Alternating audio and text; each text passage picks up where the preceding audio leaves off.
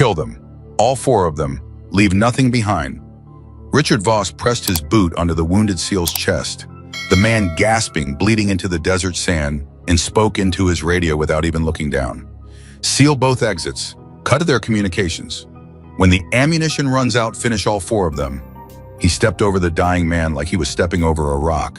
4 Navy SEALs, men he had briefed personally that morning. Men who had trusted him with their lives. He had just signed their death warrants and felt nothing doing it. But Voss made one mistake that night. He forgot someone was watching from the ridge. Subscribe to our channel, hit the notification bell, and drop your city in the comments right now. I want to see how far this story travels. Let's begin. Caleb Mercer had survived 2 combat deployments, 3 emergency medevacs, and 1 mission, so classified it didn't exist in any government database. He had never once believed he was going to die, until 19 seconds. That was the number running through his head as he pressed his back against the sandstone wall of Coyote Wash and listened to the sound of boots scraping rock from 3 different directions at once. 19 seconds, maybe less. His rifle was empty. He knew it before he even checked. He had felt the last round chamber and fire 14 minutes ago, and he had been rationing the pistol on his hip ever since, counting shots the way a shipwreck survivor counts swallows of fresh water. He had 6 rounds left in the sidearm. 17 armed men were closing in. The math wasn't complicated. "Sir," the voice came from his left. Petty Officer Tyler Beckett, their communications specialist, 26 years old, still somehow managing to look calm even though his hands were shaking as he held the useless long-range radio against his chest. "We're dry." Mercer didn't answer right away. He was looking at Grant. Petty Officer Grant Holloway was propped against the far wall of the wash, his right leg wrapped in a field dressing that had soaked through twice already. He was conscious, barely.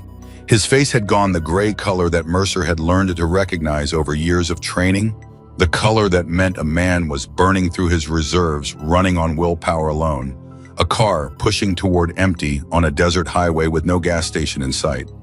Grant caught Mercer looking at him. "Don't do it," Grant said. "Don't do what?" "Whatever face you're making right now, stop making it." "I'm not making a face." "You're making the face you make when you're about to say something that sounds reasonable but is actually insane." Grant shifted against the rock wall and grimaced. "We're not leaving anybody." "I didn't say anything about leaving anybody." "You were thinking it." Mercer looked away. He had been thinking it. He hated that Grant could still read him that clearly when the man was bleeding through a field dressing. Chief Mason Rourke appeared from around the eastern edge of the wall. Mason was the kind of man who moved through crisis the way other people move through grocery stores, methodical, unhurried, faintly annoyed by everything. He was 41 years old, had served on more SEAL teams than he could count on one hand, and he had a permanent expression that suggested he had seen this exact situation before and had not been impressed by it then either. "Eastern approach is gone," Mason said. He held up 2 magazines. "This is everything I've got left. Combined. Tyler held up 1 magazine without being asked. Mercer looked at his pistol. They had come into Coyote Wash as a 4-man element attached to a joint security operation outside Red Mesa, New Mexico. The mission had been straightforward on paper. Locate a stolen encrypted guidance module taken from a defense contractor convoy 2 nights earlier. Confirm the device's position. Mark it for recovery. Get out before sunrise. Intelligence had suggested a lightly armed criminal network. Intelligence had been wrong. Or rather, Mercer understood too late. Intelligence had been manipulated. Someone had known exactly when they were coming, exactly which route they would take, and exactly how to make sure they didn't come back. The extraction vehicle had been disabled before they even reached the wash. A single well-placed device beneath the front axle detonated remotely. Clean, professional, not the work of a desperate criminal gang. The long-range radio had gone silent 11 minutes into the operation. One moment it was working, the next it simply wasn't. No static, no partial signal, just silence as though someone had flipped a switch. 2 exits, both sealed, 17 armed men, 4 SEALs with 39 combined rounds between them, and 1 man who couldn't walk. Mercer had spent the last 6 minutes running calculations and coming up with the same answer every time. He pushed it away. "Mason," he said, "East side, everything you've got, make it last." "Define last." as long as possible. That's not a definition, that's a prayer. Then pray accurately. Mercer looked at Tyler. Stay with Grant. If anyone comes over the north wall, you know what to do. Tyler swallowed. Yes, sir. Grant grabbed Mercer's sleeve as he turned to move. Hey. Grant's grip was surprisingly strong for a man who'd lost that much blood. You've got 6 rounds in that pistol. I know. Make them count. I always do. No, Grant met his eyes. I mean really count. Don't waste any of them on someone who doesn't deserve them. Mercer understood what he was saying. He squeezed Grant's shoulder once and didn't reply. Some things didn't have answers. He moved to the southern edge of the wall and looked across the wash. The men advancing toward them were organized. They weren't rushing. They didn't need to rush. They had numbers, they had ammunition, and they knew the people they were hunting had run out of options. They moved with the slow, methodical confidence of people who believed the outcome was already settled. Mercer watched them come. He had his pistol up elbow resting against the stone for stability when he saw the figure appear on the ridge above the mine entrance. The man was carrying 2 things. In his left hand, a military-grade rifle. In his right hand, something smaller, rectangular, reinforced case, the kind of hardened shell used for sensitive electronic equipment. The guidance module. Mercer recognized it immediately. That was the device they had been sent to recover. The stolen encrypted system that had been taken from the convoy 2 nights ago. The thing that had gotten them sent into this wash in the first place. The man on the ridge held it up like a trophy, and even from 200 yards away, Mercer could see he was smiling. He was smiling because he knew it was over. He raised the rifle in his other hand and aimed downward at the wash. Mercer brought up his pistol. Too far, way too far. A pistol shot at 200 yards in failing light with a man who had been in sustained combat for 6 hours and was running on adrenaline and rage and absolutely nothing else. It was a gesture, a final defiant gesture, but a gesture nonetheless. He fired anyway. The shot went wide. Of course it did. The man on the ridge didn't even flinch. He steadied his aim, and then the sound came from somewhere west of them. Not close, not even remotely close. It was a distant flat crack that rolled across the desert floor and bounced off the sandstone walls of the wash, arriving almost a full second after the event, it announced. The man on the ridge dropped behind the rocks. Everything stopped. Every advancing fighter froze. Hands went up instinctively. Eyes swept the ridgelines. The organized, confident advance that had been grinding Mercer's team toward annihilation simply stopped, as though someone had pressed a button and paused a recording. Mason said it before anyone else could. That isn't ours. No, Mercer said. A second hostile fighter turned toward the sound of the distant shot, turned to look, turned to point, turned to communicate something to the men around him, and then he was gone too. He simply disappeared behind the rocks without a sound. A third shot came 3 seconds later, a fourth. The fighters who had been advancing with casual, unhurried certainty 30 seconds ago were now pressing themselves flat against every rock and hollow they could find, scrambling away from open ground, abandoning the careful flanking pattern that had been closing around the seals like a vice. Tyler's radio crackled. All 4 men looked at it simultaneously. The radio that had been dead for nearly an hour. Static. Then a voice. Female, calm, the kind of calm that didn't come from not feeling fear. It came from deciding on some level that was deeper than conscious thought, that fear was not the governing priority at this moment. Viper 1, move north 30 yards, beneath the sandstone shelf, do it now. Nobody moved for a full 3 seconds. Tyler broke first. Are we north? Mercer said. He was already moving. He grabbed Tyler by the collar and pushed him toward Grant. Mason came around from the eastern edge without being told, sliding into position to help carry Holloway between them. Grant protested, I can walk. Would somebody please just let me? And then gasped and went quiet when they lifted him and his leg moved wrong. They made 30 yards in 45 seconds. The sandstone shelf was exactly where the voice had said it would be. A natural overhang, low ceiling, deep shadow wide enough for 4 men if they pressed together. They pressed together. Mercer keyed the radio. Shooter, identify yourself. Nothing. Raven that frequency. A pause, then shooter, identify yourself. Another pause, long enough that Mercer thought the radio had died again. Then the voice came back. Raven, Raven who? Silence. Someone trying to keep you alive. Your extraction won't clear the approach corridor for approximately 40 minutes. You have a man down in a compromised position. Stop arguing and listen. Mason looked at Mercer over Grant's head. He raised his eyebrows. The expression meant roughly, well, she's not wrong. What's your position? Mercer asked. Far enough to be useful. Close enough to have a problem if your friends up there figure out where the shots are coming from. A pause. There's an abandoned survey tunnel 800 yards northeast.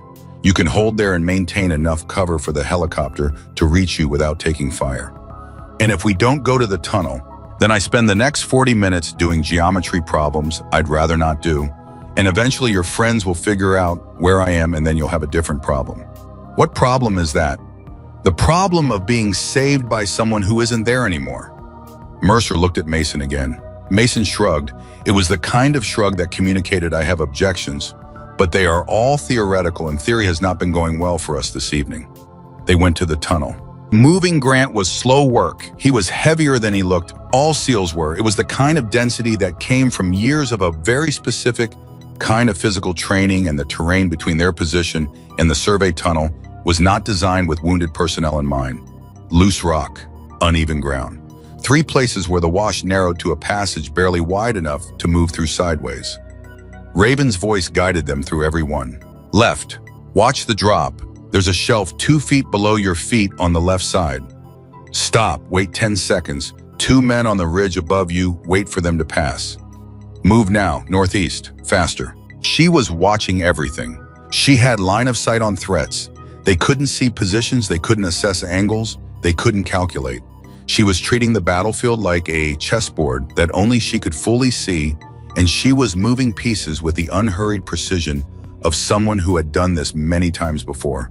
At one point, Mason muttered under his breath, "How does she know all of this?" Mercer didn't answer. He was thinking the same thing. They reached the survey tunnel with 16 minutes to spare before 2 vehicles appeared on the ridge road above the wash, moving slowly, headlights sweeping. Tunnel, Raven said. Stay inside, don't use lights. Those vehicles, Mercer said into the radio, they moving toward us or away? A pause, longer than usual. Away, she said. But her voice had changed slightly. Something in it, not fear exactly. More like calculation, the sound of someone doing a very fast assessment and not entirely liking the answer. Where are they going? As Mercer pressed. Silence. Raven, where are those vehicles going? Handle your man, she said finally. I'll handle the rest. The radio went quiet. Grant had his eyes closed. Tyler had his hand on Grant's neck, monitoring his pulse, counting quietly under his breath. Mason crouched at the tunnel entrance and watched the darkness outside with the focused stillness of a man who had been trained to make watching look effortless. Mercer sat back against the tunnel wall and held the radio and thought. Raven. Female voice, long-range precision fire, detailed real-time battlefield awareness, knowledge of their radio frequency, knowledge of their call sign, knowledge of terrain that took either extensive preparation or extensive reconnaissance. She had known they were here before she fired. She had been watching the wash for some time. She had been watching them before the ambush even started. She hadn't been passing by. She had been there on purpose. The question Mercer couldn't answer yet was what purpose and whether her purpose was completely aligned with theirs. Then Grant opened his eyes. Mercer. Yeah. That voice on the radio. What about it? You trust her. Mercer was quiet for a moment. He thought about the shots that had stopped the advance, the guidance through the terrain, the sandstone shelf she'd identified before they had even seen it. 45 minutes of precise, controlled intervention that had kept 4 men alive past the point where any of them should have been alive. She hasn't given me a reason not to, he said. Grant made a sound that might have been a laugh if he'd had more energy. That's the most careful trust I've ever heard. Careful trust is the only kind I've got left tonight. Then Tyler's radio crackled again, and this time the voice that came through it wasn't Raven's. It was a voice Mercer recognized, a voice he had heard that morning in a command briefing, giving them their mission parameters, reviewing their route, signing off on their extraction corridor, with the confident authority of a man who held lives in his hands and knew it. Commander Richard Voss. I wasn't speaking to them. He was speaking to someone else he didn't know. The channel was being monitored from the tunnel. The SEAL element is contained, Voss said. They have no extraction and no communications. Move the package to the secondary site. We're running out of time. Then a second voice, unknown. What about the shooter on the Western Ridge?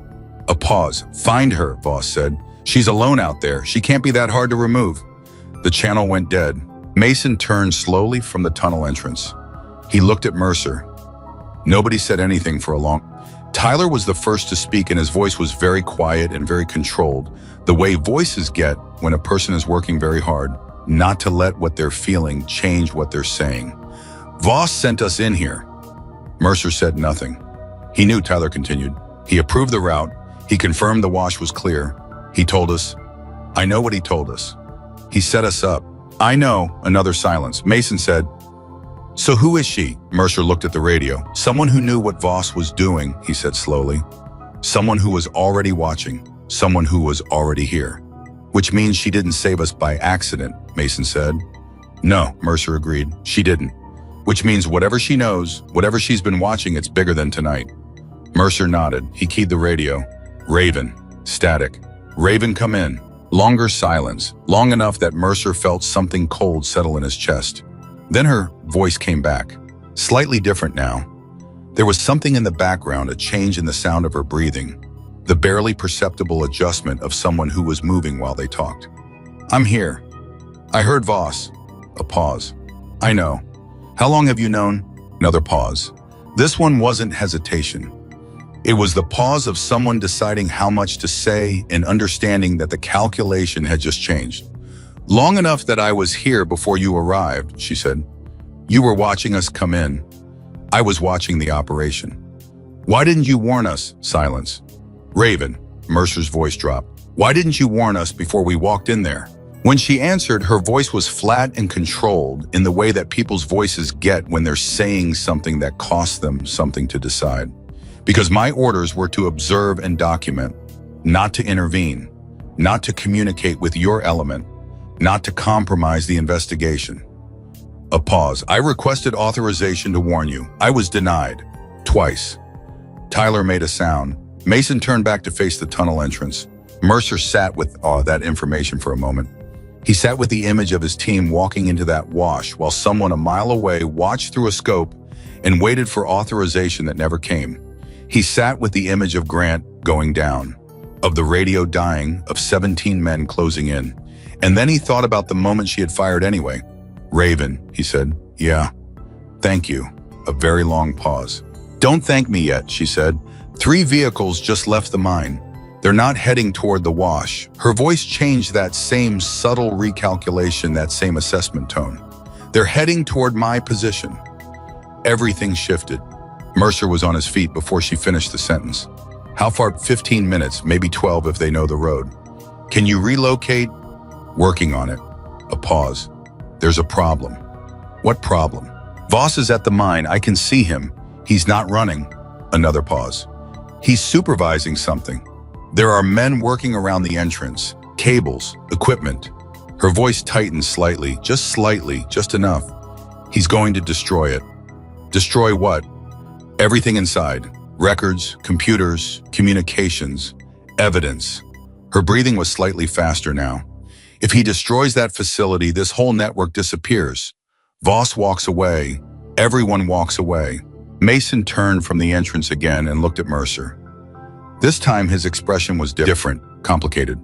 Mercer stood in the darkness of the survey tunnel with a radio in one hand and 6 rounds in his pistol and his man bleeding against the wall behind him, and he understood the exact shape of the problem. They could wait. Extraction in 16 minutes, maybe less. Get Grant out. Get everyone out. File a report. Watch Voss claim it was a failed operation, a communication breakdown, a tragedy that nobody could have predicted. Or they could do something about it. Raven, he said. What? Can you hold your position for 12 minutes? A pause. I can try. Don't try. I need a yes or no. Silence. He could hear her thinking. He could hear underneath that silence the sound of someone doing the math on their own life and deciding whether they were willing to spend more of it. Yes, she said. And that single word, quiet, as it was certain as it was, changed everything about what happened next, because Caleb Mercer looked at Mason Rourke. And Mason Rourke, who objected to everything, who complained about everything, who had the personality of a man who had been issued skepticism as standard equipment, along with his rifle and his dive knife, Mason looked back and nodded. The rescued were about to become rescuers. The men who had been counting down their final seconds were about to go back into the dark. Not because anyone ordered them to, not because procedure required it, but because somewhere out on a western ridge, a woman who had broken her orders to save their lives was now being hunted. And Caleb Mercer had not survived everything he had survived to leave someone like that alone on a ridge. He turned back to Tyler. "Stay with Grant. Keep the channel open. Extraction lands, you go. You don't wait for us. You understand me?" Tyler started to object. "You understand me, Beckett?" Tyler swallowed. "Yes, sir." Mercer looked at Grant. Grant's eyes were open. He had heard everything. He said nothing. He just looked at Mercer for a long moment, and then he made the smallest nod, barely a movement, more a settling, a permission, and looked away. Mercer and Mason left it all.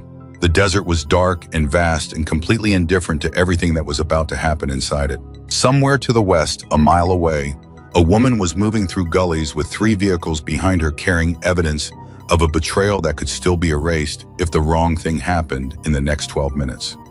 Mercer began running toward her. He didn't know her name yet. He didn't know her face. I didn't know her history or her clearance level or what program she belonged to or why she had been in that desert or any of the 100 things he would eventually learn in a conference room in Albuquerque 3 days later. He knew one thing: she had fired when she didn't have to. She had chosen 4 strangers over her own orders. And that was enough. The desert absorbed the sound of his boots.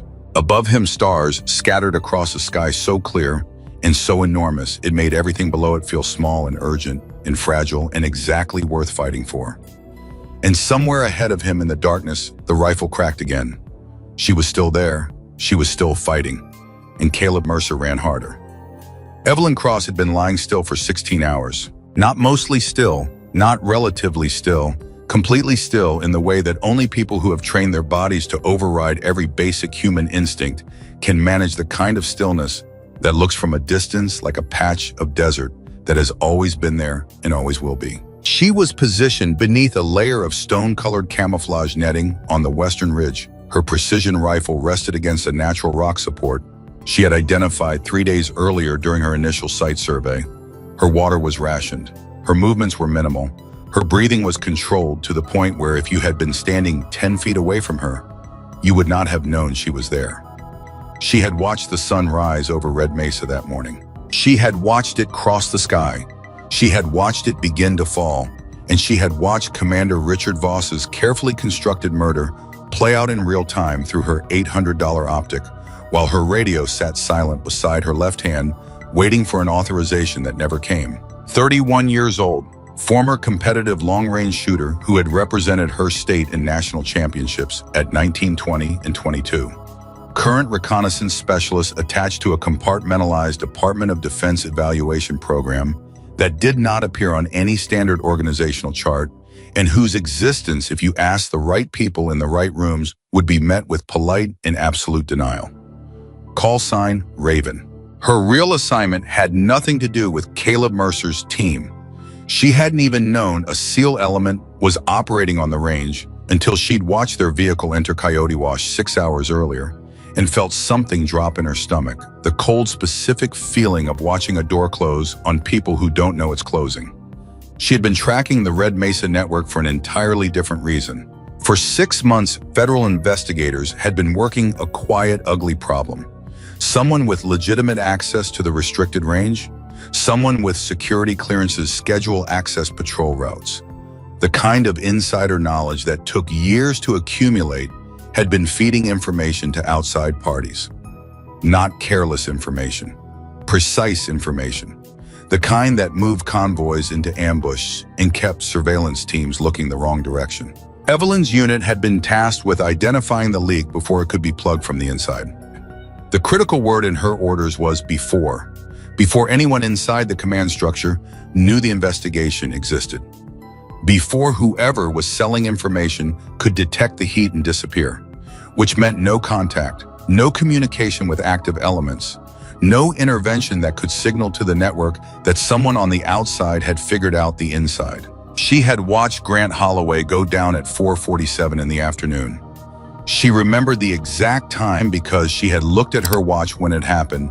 The automatic response of a trained observer: mark the time, mark the event, maintain the record. And then she had looked back through her scope and seen Tyler Beckett grab Grant and pull him toward the wall. And she had already reached for her radio before she remembered she wasn't supposed to reach for her radio. "Control, this is Raven." She kept her voice flat, professional, the way they trained you. "I have eyes on a friendly four-man element in Coyote Wash. They are taking casualties. Request authorization to intervene." The response came back in 40 seconds. "Raven, maintain observation posture. Do not intervene. Do not initiate contact with the SEAL element."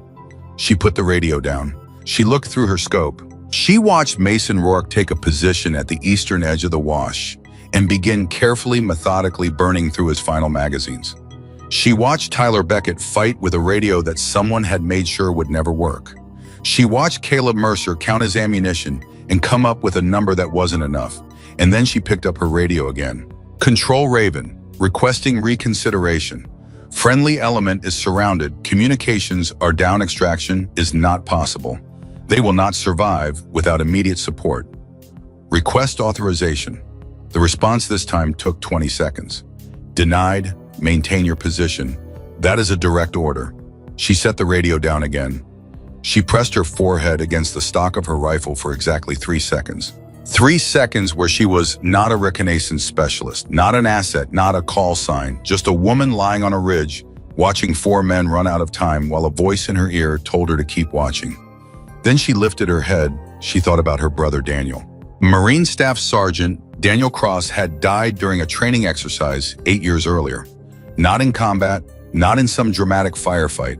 He had died because the equipment he was using had a documented fault that 3 separate people in his chain of command had been informed about, and none of them had stopped the exercise because stopping the exercise would have meant delaying the timeline.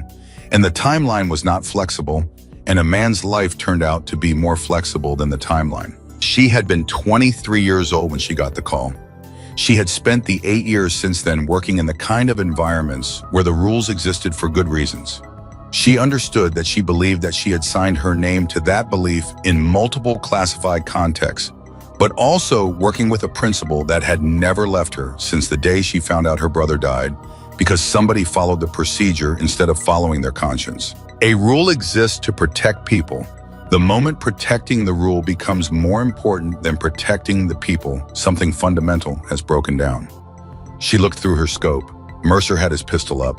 He was aiming at a man on the ridge 200 yards away, a man holding the guidance module in one hand and a rifle in the other, aiming downward into the wash with the unhurried confidence of someone who knew the math as well as Mercer did. Evelyn Cross settled her breathing. She thought about Daniel. She whispered to the empty desert around her, "Not today," and fired. The shot covered just under a mile. In the still desert air at that distance, there was nearly a full second between the moment she squeezed the trigger and the moment the man on the ridge dropped behind the rocks. 1 second where the bullet was in flight, and Evelyn was already working the bolt, already acquiring the next target, already making the calculation that she had just made a decision she could not unmake. She had crossed a line. The investigation was compromised. Her orders were violated. Whatever came next, debriefing, inquiry, formal review, consequences, she couldn't yet fully predict. It was already in motion. She fired again, and she felt underneath everything else, underneath the focus and the training and the muscle memory of a decade of precision work, something that she didn't expect to feel relief.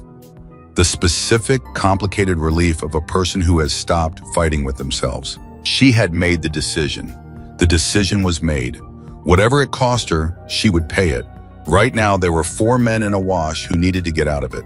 She keyed her radio switched frequencies to the SEAL Elements channel, a frequency she had acquired 3 days ago through channels she was not going to explain in detail to anyone who didn't already know and spoke. "Viper 1, move north 30 yards, beneath the sandstone shelf. Do it now." Then she went back to work. What she did over the next 22 minutes was not simply shooting. Any competent, long-range marksman could shoot at targets. What Evelyn did was something considerably more complex and considerably more difficult. She managed a battlefield she could see from above, while the people inside it could only see their immediate surroundings. One shot destroyed the engine block of an approaching truck that Mercer's team couldn't yet hear, buying 4 minutes before the men inside it reached the wash on foot. Another shot shattered a communications relay mounted beside the mine entrance, cutting the network's ability to coordinate their flanking movements for 7 critical minutes. She forced 2 fighters away from the Eastern Trail, not by hitting them, but by putting rounds close enough to them in rapid succession that they moved exactly where she needed them to move.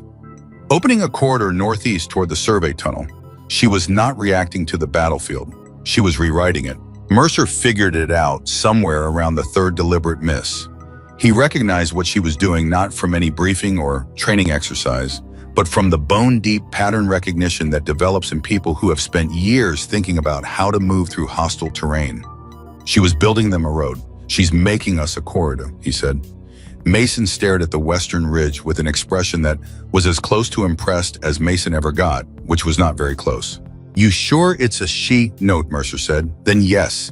He couldn't have explained why. Something in the voice, something in the method. He didn't try to explain it. He followed the corridor. From her position on the ridge, Evelyn watched them move. She tracked every threat. She cleared every obstacle. She kept the radio channel open with calm, precise instructions, while simultaneously managing 6 separate sight lines through terrain that most people couldn't have navigated on foot, let alone through an optic from a mile away. And she noticed the vehicles leaving. 3 of them. Moving away from the mine, away from the wash, taking the ridge road north and west, away from Mercer. Toward her.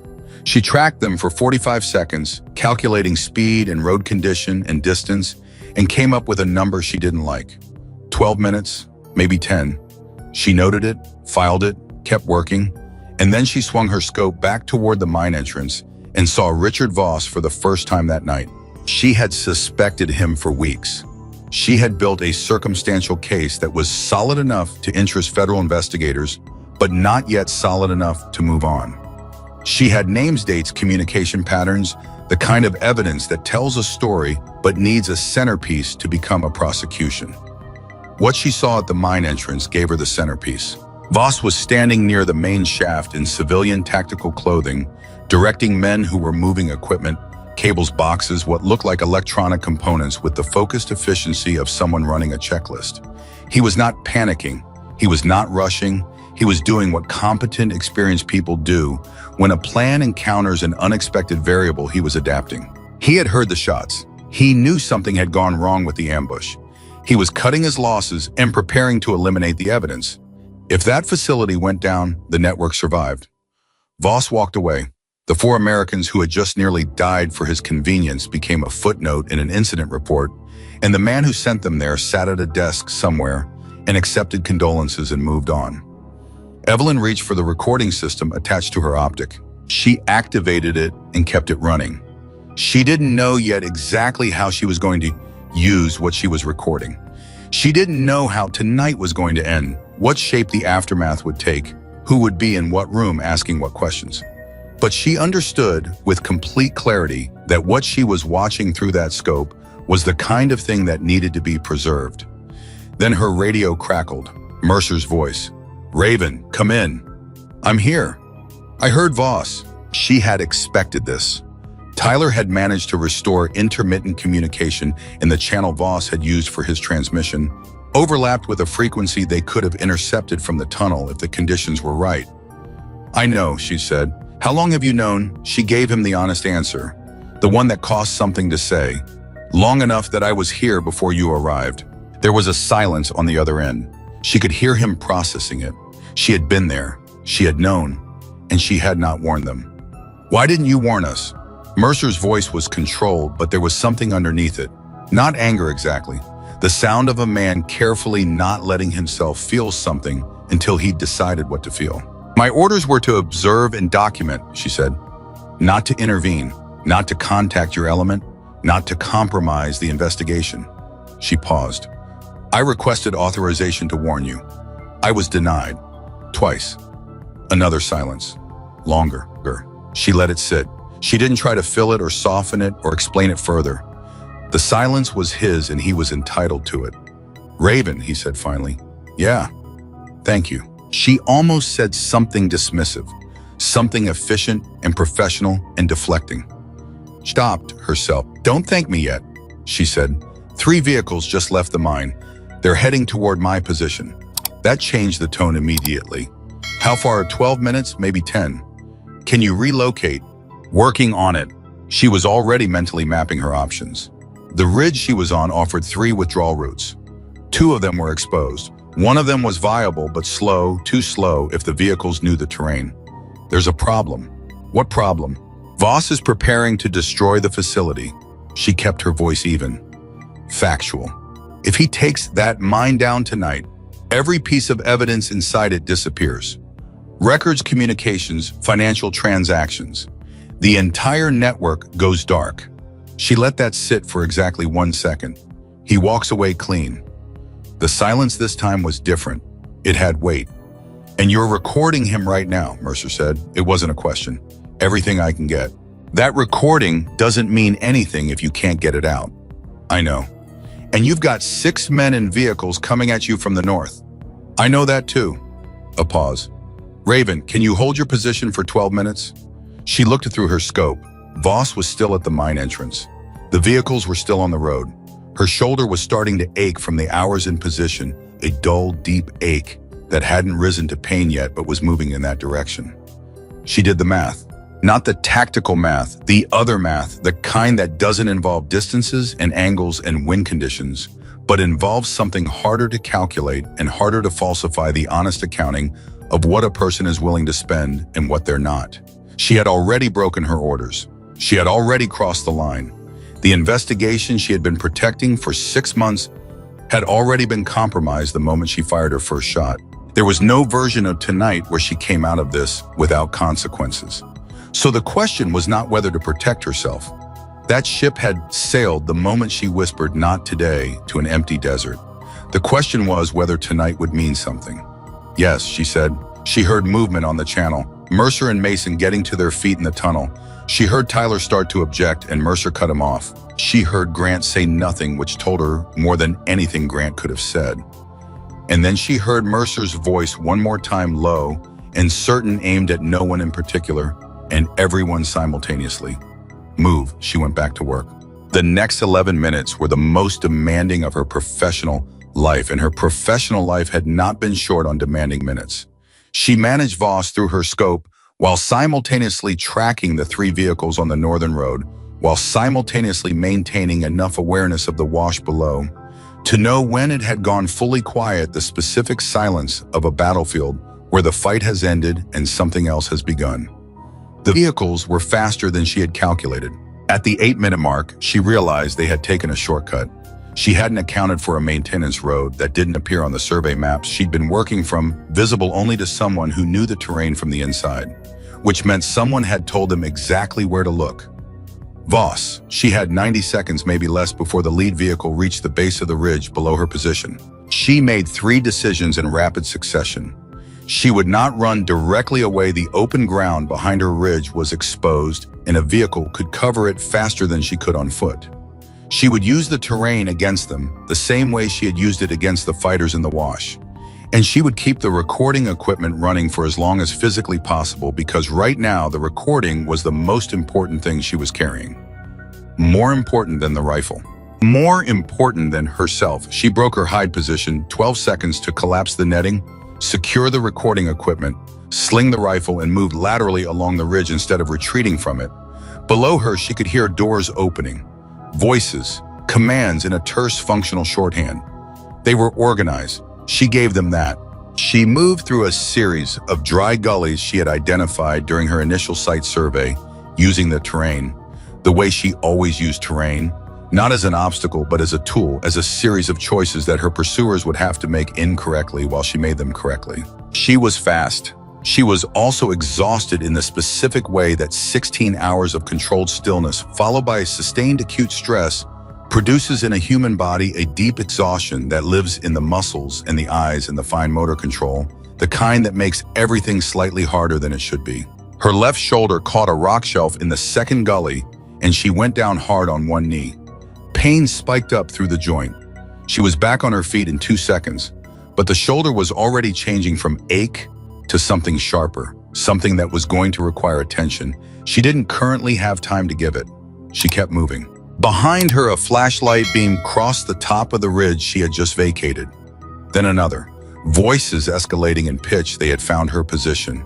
They were reading what it told them, doing the fast assessment of the nest she had left behind, calculating direction and time. They were good. She was better. But the gap was closer than she would have liked. Then her radio clicked. Raven, Mercer's voice, close, much closer than she expected. She pressed against the gully wall and whispered, "What's your position?" 200 yards east of your ridge base. We've got the northern approach." She processed this. They had left the tunnel. They had come out into open ground, into a situation they had not been ordered into for a person whose last name they didn't know. "I told you to wait for extraction," she said. "You told us a lot of things." "Mercer, do you want to argue about this, or do you want to move?" She almost smiled. "Not quite close. There are 6 men on the ridge behind me. Lead vehicle is about a minute from the bottom. I've got eyes on the vehicle. Mason's got the ridge." She started moving again, faster now, angling toward the east. Toward them. "Raven," Mercer's voice again. "There's a narrow passage 30 yards ahead of you. Come through it and stay low." She found it. Natural rock gap barely wide enough for a person moving sideways. She went through. On the other side, Mercer was there. She had been a voice on a radio to him for 2 hours. Presence in the scope to the fighters below, a mystery to the 4 men she had pulled back from the edge of something irreversible. Now she was standing 3 feet away in the dark, dust-covered rifle slung shoulder, held slightly wrong, breathing in the controlled way of someone who is managing something that hurts. He looked at her, she looked at him. No dramatic exchange, no moment of recognition scored with music. Just 2 people in the desert who had been fighting the same fight from different angles, finally occupying the same piece of ground. "You're hurt," he said, his shoulder. "It's manageable." It's manageable," she said again. "Final." She reached into her vest and pulled out the recording unit. "This is what we need to protect. Everything else is secondary." Mercer looked at it. "That's Voss. Everything. From the moment he arrived at the mine entrance. Enough to reconstruct the entire network if the analysts do their job." Mercer took it from her and secured it in his own vest without being asked. The sound of a vehicle engine somewhere below them changed pitch. It had stopped. Doors opening. "We need to move," she said. "I know." He wasn't moving yet. He was looking at her with an expression she couldn't immediately categorize. It wasn't gratitude that was too simple. It wasn't assessment, though there was some of that. It was something more like recognition. The look of a person who has just understood something they couldn't have articulated before. "How did you know we'd come for you?" he asked. She didn't answer for a second. "I didn't," she said honestly. "Then why did you hold your position?" The voices on the ridge were getting closer. She looked at him directly. "Because it was the right thing to do," she said, "and I stopped letting right be a complicated question a long time ago." Mercer nodded once. Then Mason's voice crackled over the radio from somewhere above them on the eastern ridge face, and the sound of it was very controlled and very urgent. "Contact. Multiple. Coming down fast. We need to go right now." They went. The next 7 minutes were the kind of minutes that compress and expand simultaneously in memory moments of absolute clarity, separated by stretches that blur together into a sequence of movements and decisions, and the sound of boots on rock, and someone breathing hard, and the radio clicking, and Mason's voice giving position updates in the flat economical language of a man rationing words the same way he rationed ammunition. Evelyn's shoulder was becoming a problem.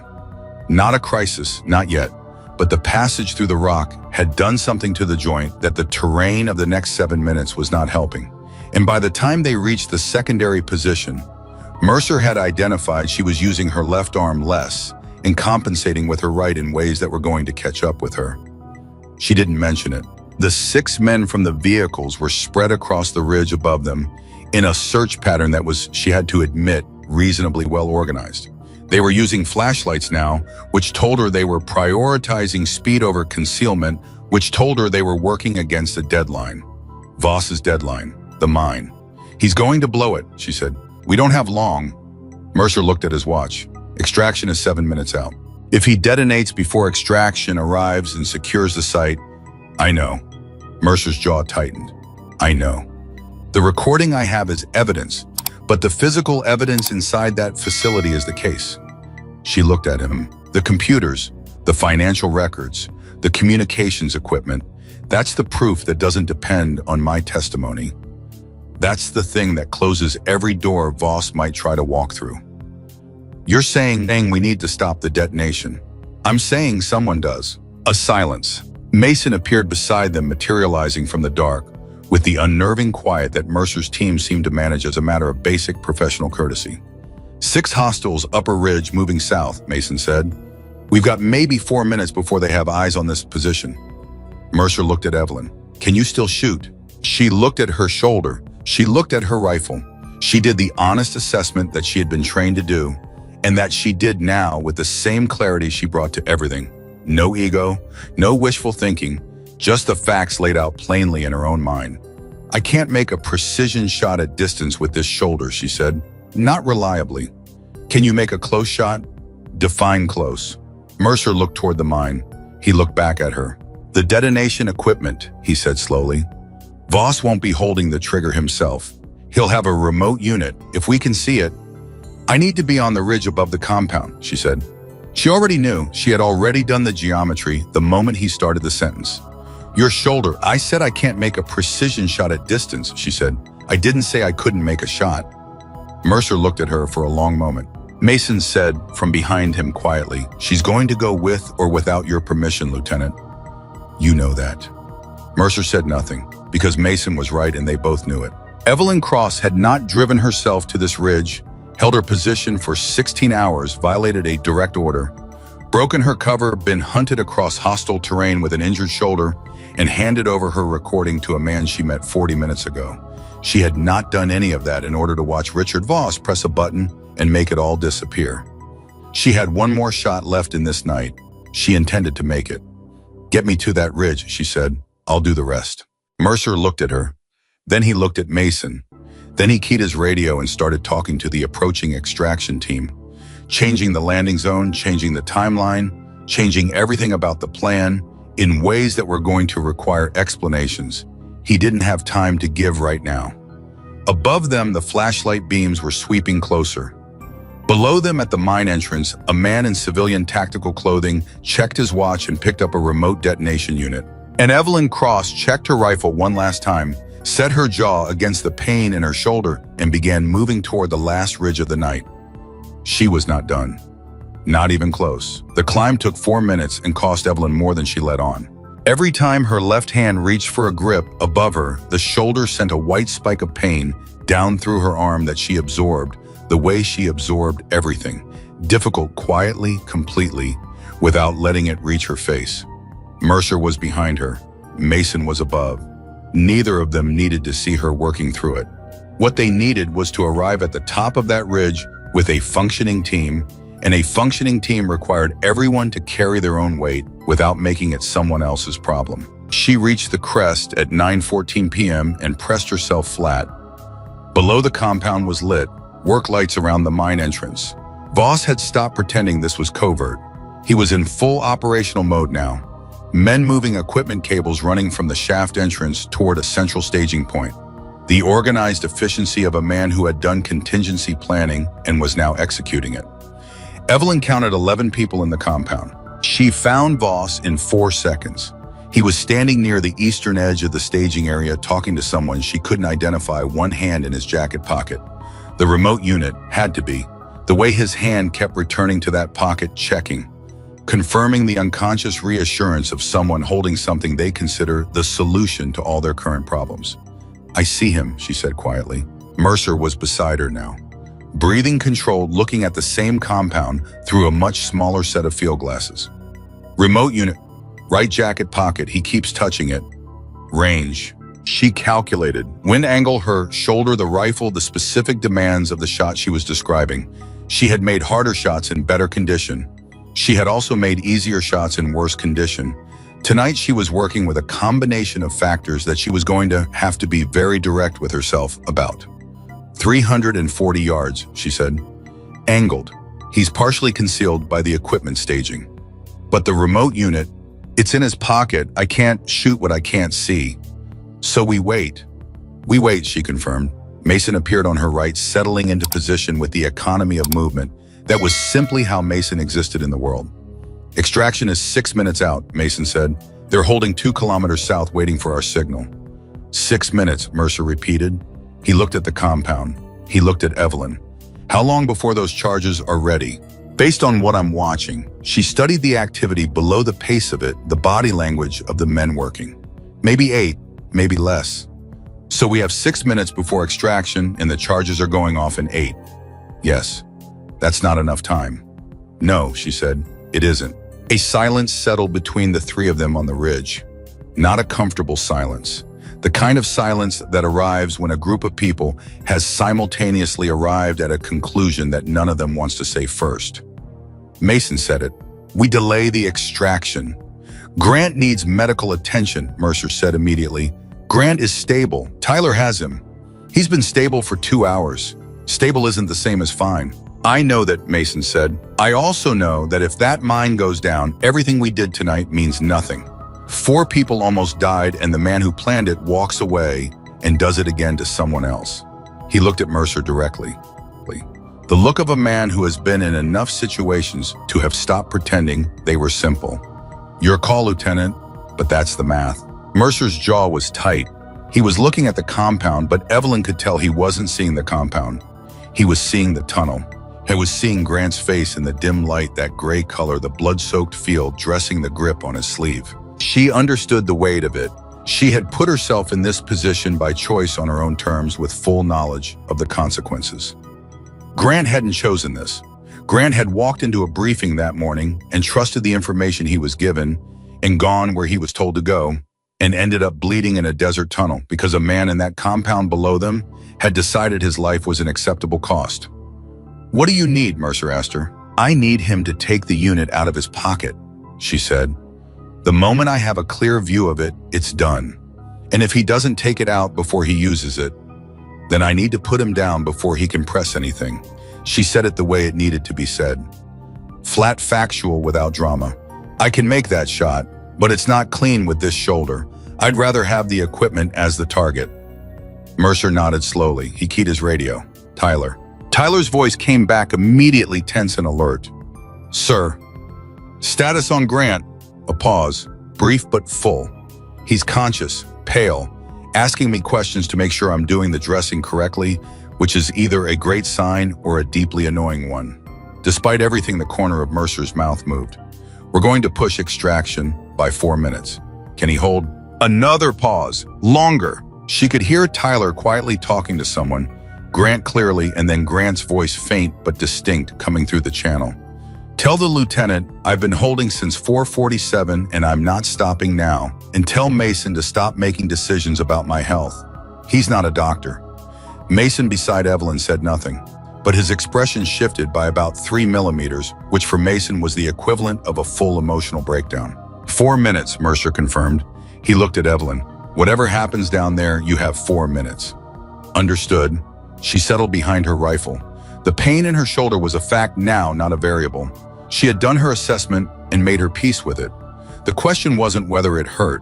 The question was whether she could make the shot despite it, and the answer to that question depended entirely on what Voss gave her to work with.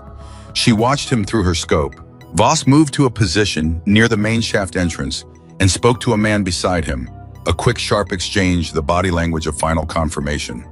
The man nodded and disappeared inside. Voss looked at his watch. He reached into his jacket pocket and his hand came out holding a device, roughly the size of a television remote, black rectangular, a safety cover over the trigger mechanism that he flipped open with his thumb. He's got it out, Evelyn said very quietly. I see it, Mercer said. She found the device in her scope. Small target, difficult angle. His hand was moving. He was looking at it, checking it, the unconscious examination of someone confirming a tool is ready before using it. She began her breathing sequence. In, out, in, hold. The shoulder was screaming. She didn't listen to it. In her peripheral awareness, she registered. Mason shifting beside her, a slight tension.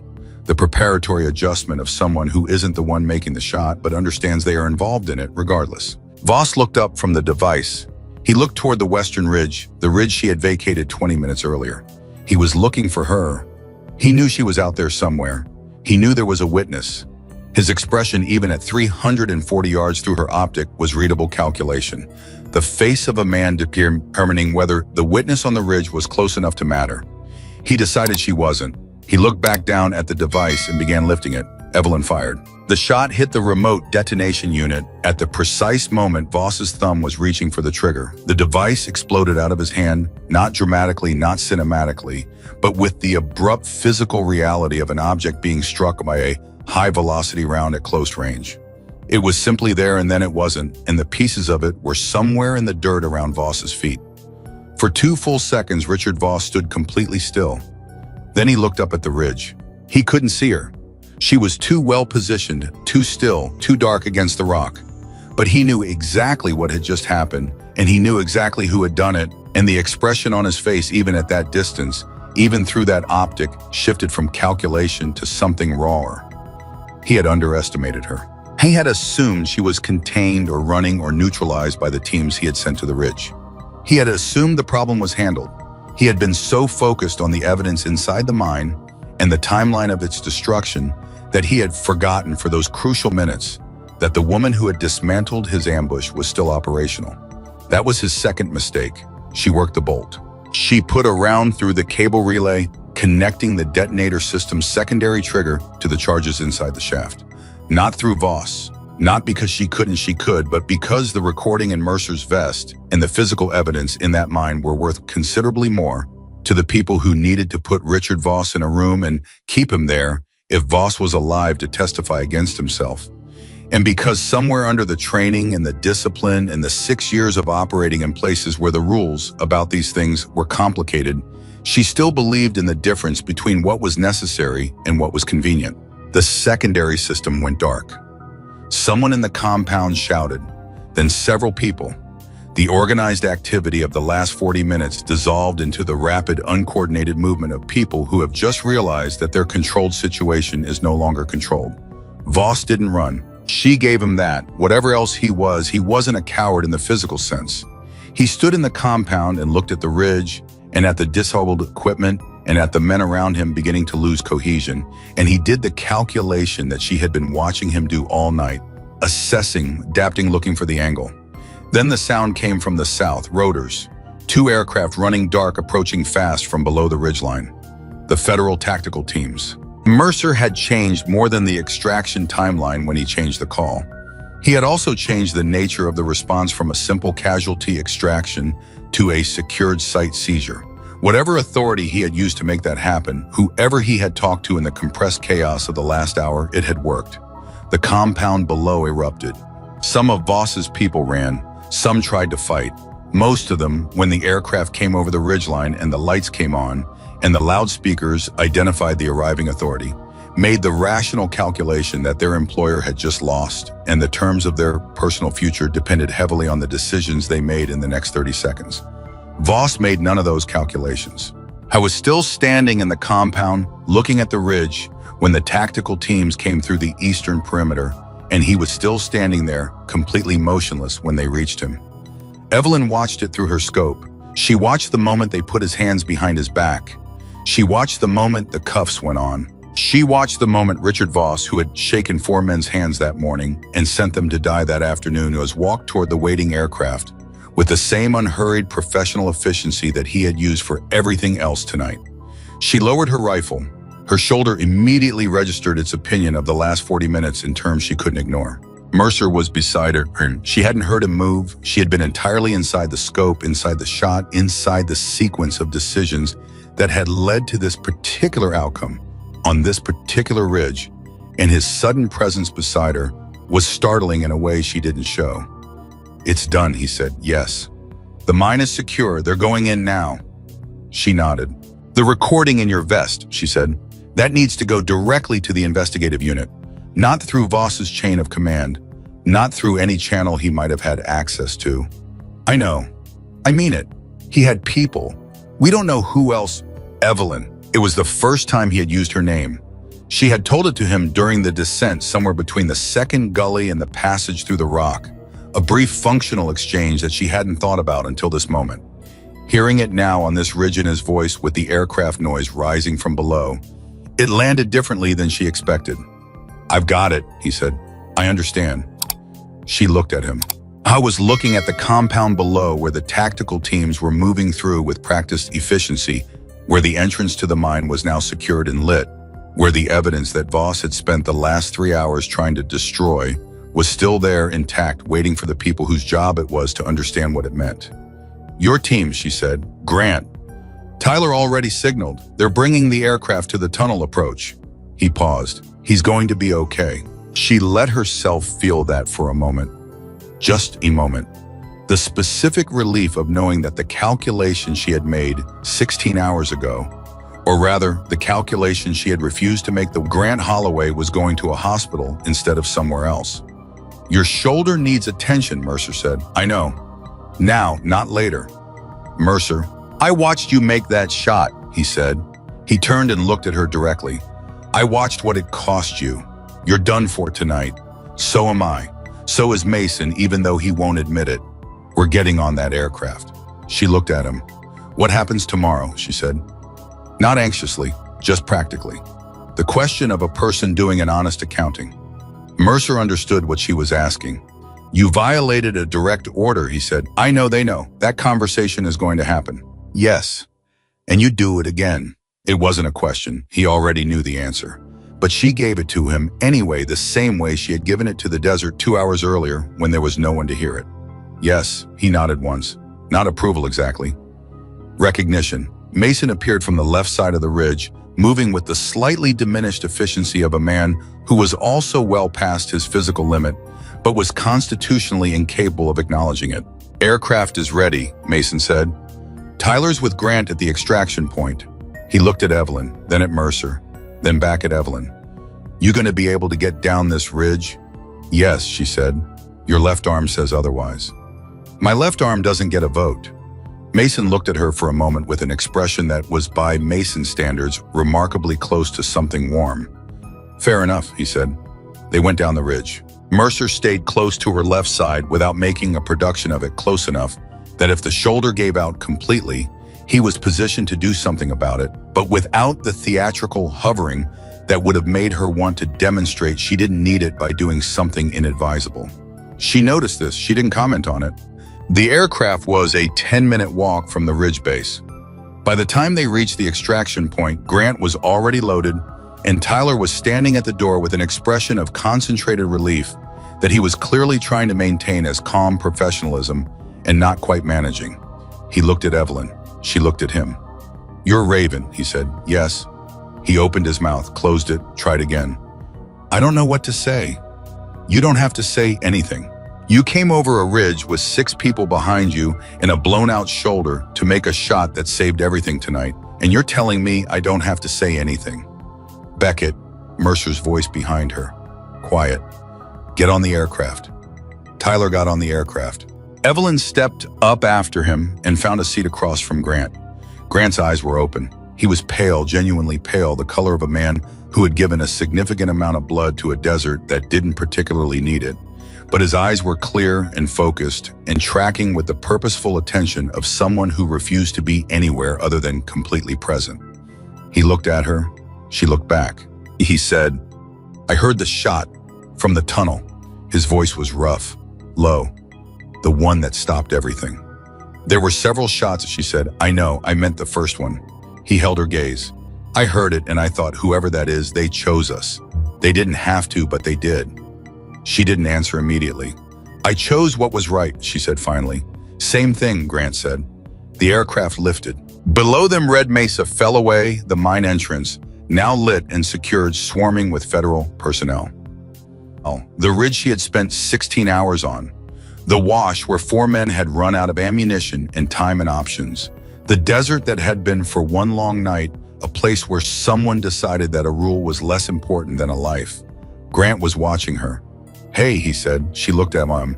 "Thank you," he said. Not the complicated, weighted gratitude that Mercer had offered her on the ridge, freighted with everything unsaid between them. not Tyler's speechless disbelief.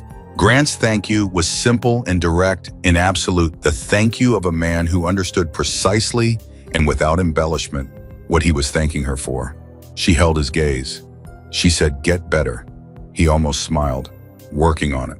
The aircraft banked south toward Albuquerque, and the desert below them was dark and wide and indifferent to everything that had happened inside it. But inside that aircraft, 4 people were going home who almost hadn't. And the woman who had made that possible sat with her rifle across her knees and her shoulder in agony, and something quiet and settled in her chest that she didn't have a name for yet, but that felt more than anything else, like having done the right thing, even when the right thing was the hard thing. That was enough. For tonight, that was everything. The federal teams worked through the night inside the Red Mesa mine. What they found would take weeks to fully process, months to fully understand, and years to fully prosecute. But even in the first hours, even in the initial walkthrough by people who had been doing this kind of work long enough to know when they were looking at something significant, even then it was clear that what Evelyn Cross had preserved was not just evidence of one man's betrayal. It was the architecture of something much larger. Financial records spanning 14 months, communications with parties in 3 different states, documentation of at least 6 separate operations in which information from the Red Mesa range had been used to redirect security detention, delay responses, and create windows that certain people with certain packages needed to move through unobserved. Voss had not been working alone. I had been the inside man, the key that turned the lock. But behind him was a structure, and that structure had reach. And the people inside it had been very careful for a very long time. They had not been careful enough. Because on a western ridge, 16 hours earlier, a woman had set up a position and settled in for what was supposed to be a surveillance operation, and somewhere in the course of that night, she had done something that surveillance operations are specifically not designed to include. She had decided that watching was no longer enough. In the conference room in Albuquerque, 3 days later, the investigators laid out the initial scope of what they had found. They used charts, timelines, organizational diagrams, the careful visual language of people translating complex information for rooms full of people who need to understand it quickly. Evelyn sat at the end of the table and watched the presentation and said nothing. She had given her full statement twice already. She would give it again in more detail to more specific people in more specific rooms over the coming weeks. She understood this was coming and she was prepared for it. What she was less prepared for was the moment the door opened and Caleb Mercer walked in. He stopped when he saw her. She looked at him. How was in uniform? 11 stitches across his shoulder, she had been told, though you couldn't see them under the fabric. His face was the face of a man who had slept exactly as much as the situation had required, and not 1 minute more, which was not very much. He walked to the table and took a seat without being directed. He sat 2 chairs down from her, close enough that she was aware of him, far enough that neither of them had to manage the proximity. The senior officer running the session looked at the room.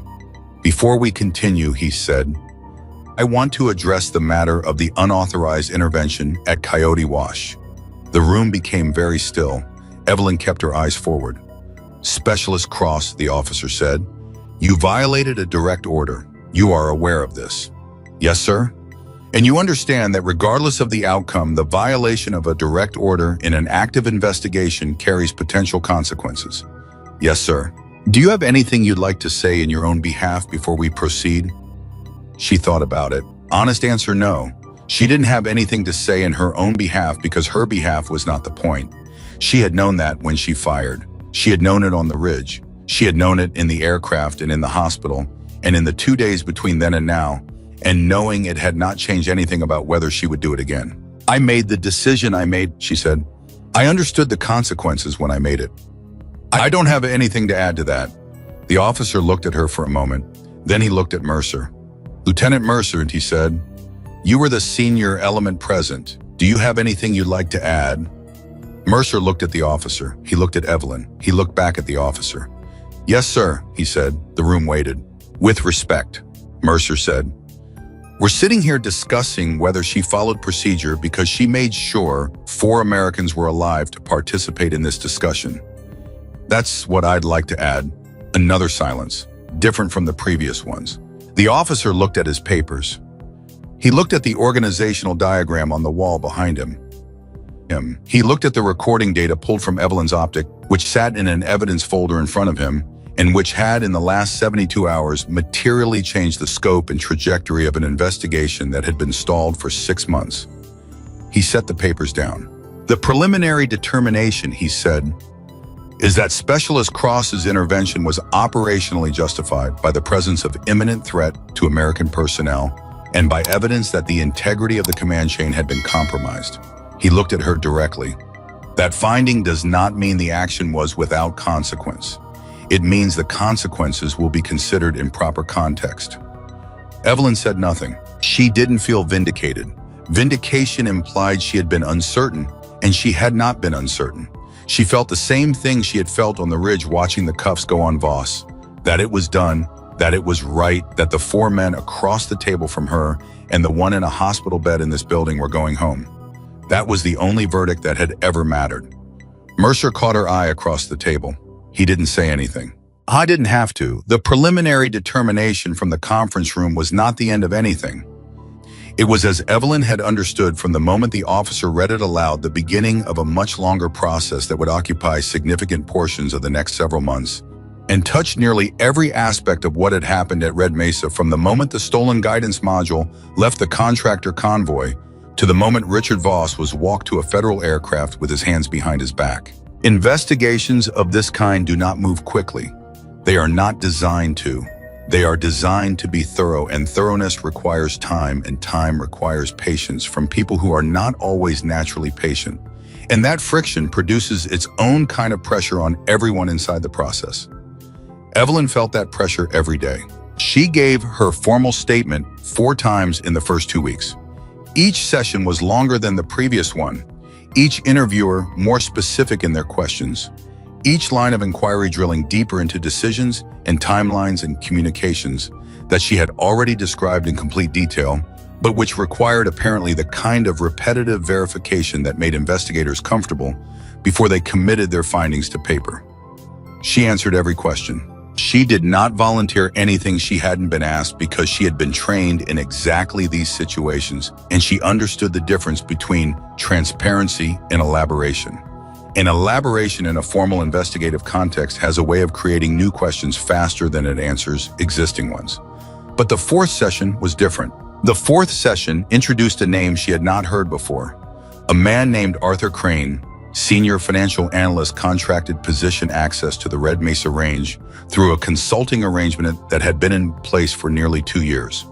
"Do you recognize this individual?" the lead investigator asked, sliding a photograph across the table. Evelyn looked at it. She looked at it for exactly as long as she needed to. "No," she said. "He appears in the financial records recovered from the mine," the investigator said, "specifically in a series of transactions that correlate with the 6 operations we've identified. He was the money. Voss was the access. They needed each other." Evelyn said nothing. "The reason I'm asking you about Crane," the investigator continued, "is that we've found communication records suggesting he knew about your reconnaissance unit's presence at Red Mesa. Not specifically you, but the existence of an observation element." A pause. "Which means the authorization denial you received when you requested permission to intervene may not have been a legitimate command decision." The room became very quiet. Evelyn kept her face completely still. "You're saying someone interfered with my authorization request," she said. "We're saying it's possible that the denial did not originate from the authorized command authority." The investigator leaned forward slightly. "Someone may have intercepted your request and substituted a denial." She sat with that for a moment. She thought about the 2 requests she had made. The 40 seconds between the first request and the first response. The 20 seconds before the second. She had taken those response times as evidence of a functioning chain of command delivering a deliberate decision. She had been frustrated by the decision, but she had not questioned its authenticity, because questioning the authenticity of a direct order in the field requires a level of institutional suspicion that her training had deliberately not included. Someone had used that training against her. They had used her discipline, her professionalism, her respect for the chain of command as a weapon to keep her passive while 4 people died. She felt something shift in her chest, something that wasn't quite anger and wasn't quite grief, but occupied the same approximate territory as both. If that's confirmed, she said carefully, then my authorization denial was manufactured. Yes, which means I was never actually given a legitimate order to stand down. That's one interpretation. Is there another? The investigator looked at her for a moment. No, he said, not really. She looked at the photograph of Arthur Crane on the table in front of her. She had broken an order that may not have been a real order. She had violated a command that may not have come from any authority that had the right to command her. She had carried the weight of that violation for 2 weeks, had answered every question with it. Sitting at the back of her mind, had prepared herself for consequences that were it now appeared based on a false premise. She breathed in, she breathed out. Where is Crane now? She asked. Custody, the investigator said, as of this morning. She nodded once. The session ended 20 minutes later. She walked out of the conference room and into a corridor that was completely empty at that hour, and she stood there for approximately 30 seconds, doing nothing at all. Just standing, just breathing, letting the information settle into its proper place in the structure of what had happened and what it meant. Then she went to find Mercer. She found him in the hospital wing. Not as a patient, his stitches had come out 4 days earlier, and he had been cleared for limited duty, but sitting in a chair outside Grant Holloway's room, which was where she had learned Mercer spent a significant portion of each day. Not always inside, sometimes just outside in the corridor available. She had asked Tyler about this once in passing. Tyler had said, he doesn't do well with people on his team being hurt. He handles it by being close enough to do something if something needs doing. It's just how he is. Mercer looked up when she came around the corner. He read her face before she said anything. She didn't know exactly what he read there. She was not, she believed, particularly easy to read, but something in her expression communicated enough that he was already straightening in his chair before she reached him. What happened, he said. She told him about Crane, about the intercepted authorization, about the manufactured denial. She told it quickly, the way she told everything, factually, sequentially, without editorializing, and she watched his face as she talked. It went through several things in rapid succession. Anger was the most visible, but underneath the anger, there was something else, something that took her a moment to identify, and when she identified it, she found it unexpectedly affecting. He was relieved on her behalf. Not because it changed the outcome, not because it made the last 2 weeks easier retroactively, but because the version of the story where she had genuinely violated a legitimate order and carried that weight was harder for him than the version where she had been manipulated by someone who understood exactly how her own integrity could be turned against her. They used your professionalism to try to kill my team, he said. His voice was very controlled. Yes, Crane knew your unit was on the ridge, and he made sure your request never reached anyone who would have said yes. That's what the evidence suggests. Mercer stood up from the chair, not aggressively, just because sitting was no longer something his body would tolerate while processing this particular information. Does your command know yet? They will by end of day. The investigative unit is notifying them now. He nodded. He walked a few feet down the corridor and stopped, hands in his pockets, looking at the wall. She recognized the posture. It was the posture of a man who has something very specific he would like to say or do about a situation and is applying considerable discipline to the question of which of those options is appropriate in a hospital corridor. Mercer, she said. He turned. It changes the legal picture, she said. It doesn't change what happened on the ridge. He looked at her. I know, he said, but it matters. Why? He thought about it, actually thought about it the way he seemed to do everything directly without performance. Because you've been carrying this for 2 weeks, he said, carrying it like it was yours to carry. And it wasn't. They put it on you deliberately and you carried it anyway because that's what you do, and I've watched you do it. And he stopped, looked away briefly, looked back. It matters, he said again. That's all. She didn't have an answer for that. She let it sit. From inside Grant's room, a voice came through the slightly open door. Are you two going to stand in the corridor being emotionally significant at each other, or is someone going to come in here and talk to me? I've been awake for 4 hours and Tyler left an hour ago. And this is a genuinely terrible way to spend a Tuesday. Despite everything. Despite 2 weeks of formal sessions and intercepted authorizations and the accumulated weight of what Red Mesa had cost in hours and blood and institutional trust. Evelyn laughed. It surprised her. Not the fact of it, but the ease of it, the way it arrived without effort or permission. Mercer was already pushing the door open. Grant Holloway was sitting up in his hospital bed with the alert, slightly combative expression of a man who had been unconscious for 12 hours and was now deeply committed to making up for lost time. His color was better. His leg was elevated, wrapped in considerably more sophisticated dressings than the field version Tyler had applied in the tunnel. He looked overall like a man who was going to be fine and was aware of it and was prepared to leverage that awareness in any direction that served his interests. He looked at Evelyn when she came in. "There she is," he said. "Here I am," she agreed. "I've been thinking about you." "Should I be concerned?" "I've been thinking about the shot," he said. "The first one, from the ridge." He shifted slightly against his pillows. "I was on the ground when it happened.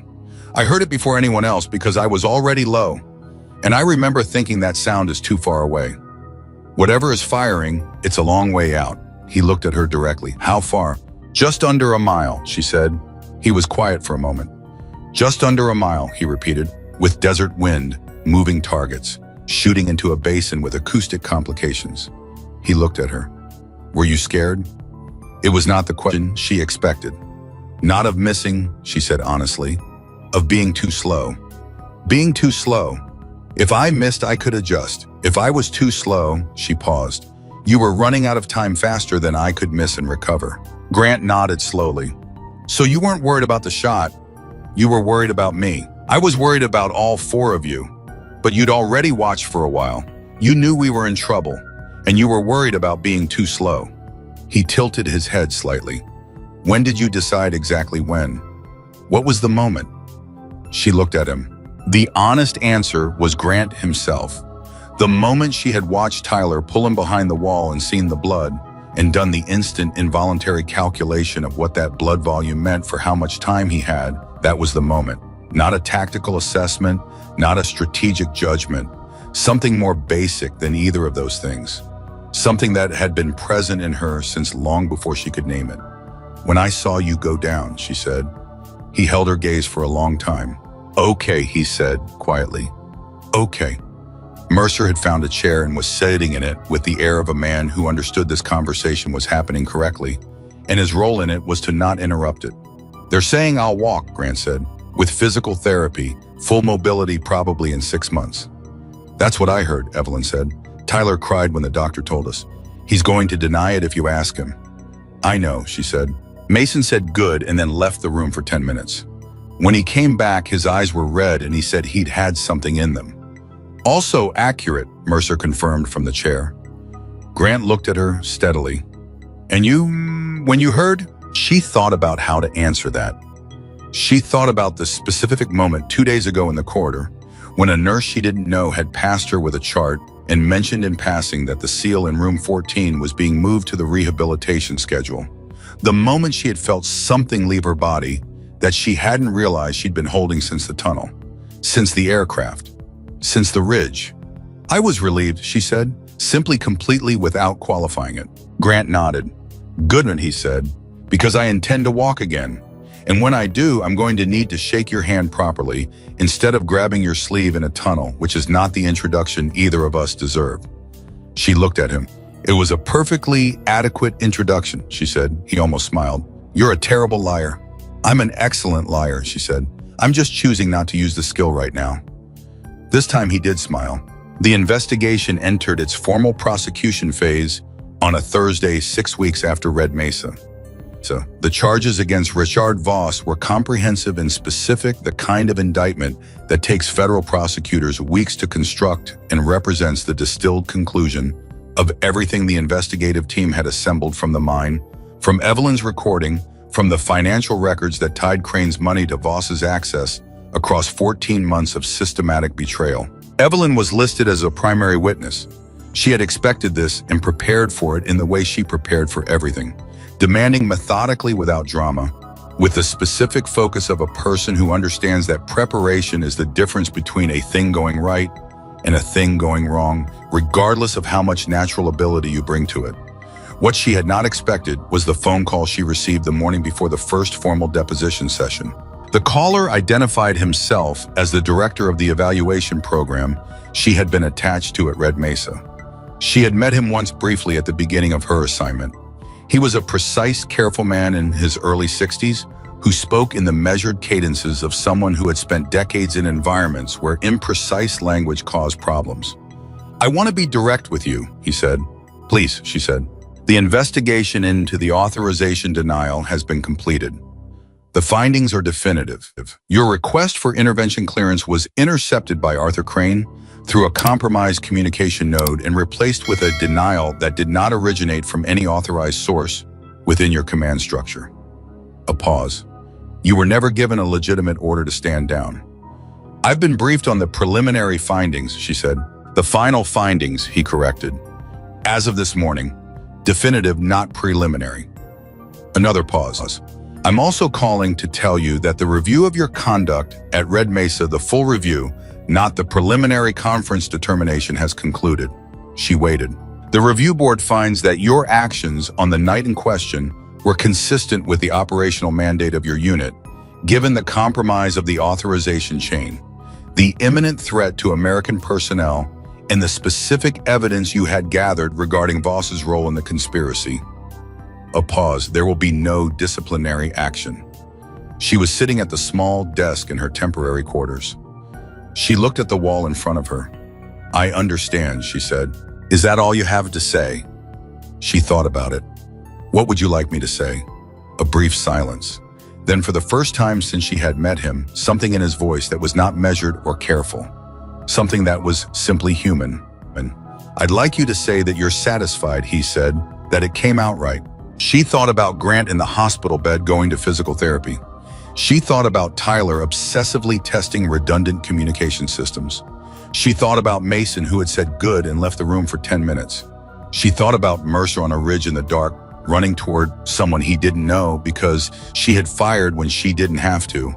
"It came out right," she said. He was quiet for a moment. "Good," he said, and then, which surprised her, "Well done, Raven." He ended the call. She sat at the desk for a while after that, not doing anything in particular. Just sitting.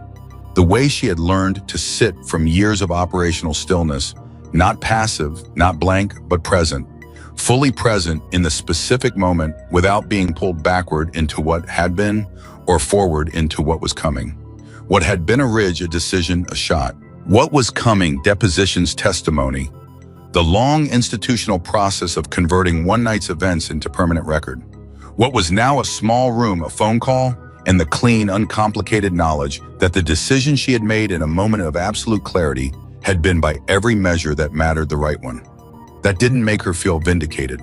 She had stopped needing vindication around the time she watched Voss's handcuffs go on. It made her feel finished. Not finished as in done, she understood the coming months were going to be demanding in their own specific ways, but finished as in complete. The thing she had set in motion on the Western Ridge had reached its proper conclusion, and the conclusion was good, and she had been part of making it good, and that was enough. She picked up her phone again and sent a text to a number she had added to her contacts 3 days after arriving at the hospital. It said, "Call confirmed, clean, no action." The response came back in 40 seconds. "Good. Grant's first physical therapy session is tomorrow. He walked 6 steps this morning without assistance." Mason cried again. "He'll deny it." She stared at the message for a moment. Then she typed, "Tell Grant I said 6 steps is a good start." The response, "He says to tell you a mile was a better start. He also says he's working on it." She put the phone down. Outside her window, the afternoon was clear and specific and entirely ordinary. The kind of afternoon that exists in exactly the same way whether or not anything significant is happening inside it. Cars in the parking lot, a maintenance worker crossing the courtyard, the sound of wind against the glass doing nothing in particular. She had made a decision in 19 seconds.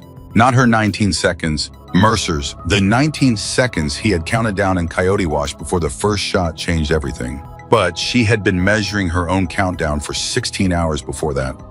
16 hours of watchings, of waiting, of 2 requests denied, of her finger not on the trigger, while everything in her that was not a trained, disciplined, professional asset was screaming that something was wrong, and that watching was not enough, and that there had to be a moment where a person chose the human thing over the procedural thing, or there was no point in being either human or procedural. The moment had come. She had chosen. She would always choose the same way. The deposition sessions began the following week. Evelyn sat across from federal prosecutors and gave them everything she had in the precise, organized, chronologically coherent way that she had always done things completely professionally without drama or embellishment. She described what she had seen. She described what she had decided. She described the shots, the equipment, the terrain, the radio communications, and the moment she had looked through her scope and seen Richard Voss standing at the mine entrance with a remote detonation unit in his hand. The prosecutors were thorough. She respected that. On the third deposition day in the afternoon session, one of them asked her a question that departed slightly from the factual chronology they had been building. Specialist Cross, the prosecutor said, "When you fired the first shot, the one that stopped the initial assault, did you believe at that moment that you were acting within your authority?" She looked at him. "I believed I was acting within my conscience," she said. "That's not what I asked." "No," she agreed, "it isn't." A pause. "I believe the authorization I had been given was illegitimate based on what I knew at the time about the command structure and the compromised channels. Whether that belief was sufficient to constitute acting within my authority is a legal determination, not a tactical one. I'm not qualified to make it." She held his gaze. "I'm qualified to tell you what I knew and what I decided. Those are the facts. The legal interpretation is yours." The prosecutor looked at her for a moment. "Fair enough," he said, and moved on. Mercer testified the same week. She didn't attend his session. They were kept separate as witnesses. Informal proceedings are kept separate to prevent any contamination of independent testimony. But she was briefed on the general shape of what he had said, and what she was briefed on was consistent with what she knew of him, direct, factual, completely unambiguous about what he had observed and what conclusions he had drawn. One thing he had said was read to her by the debriefer in the corridor outside the deposition room because it was relevant to her own testimony and needed to be confirmed or corrected.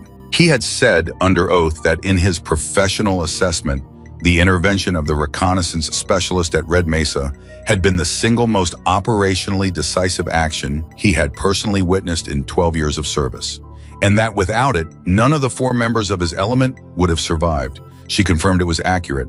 She did not comment on it further.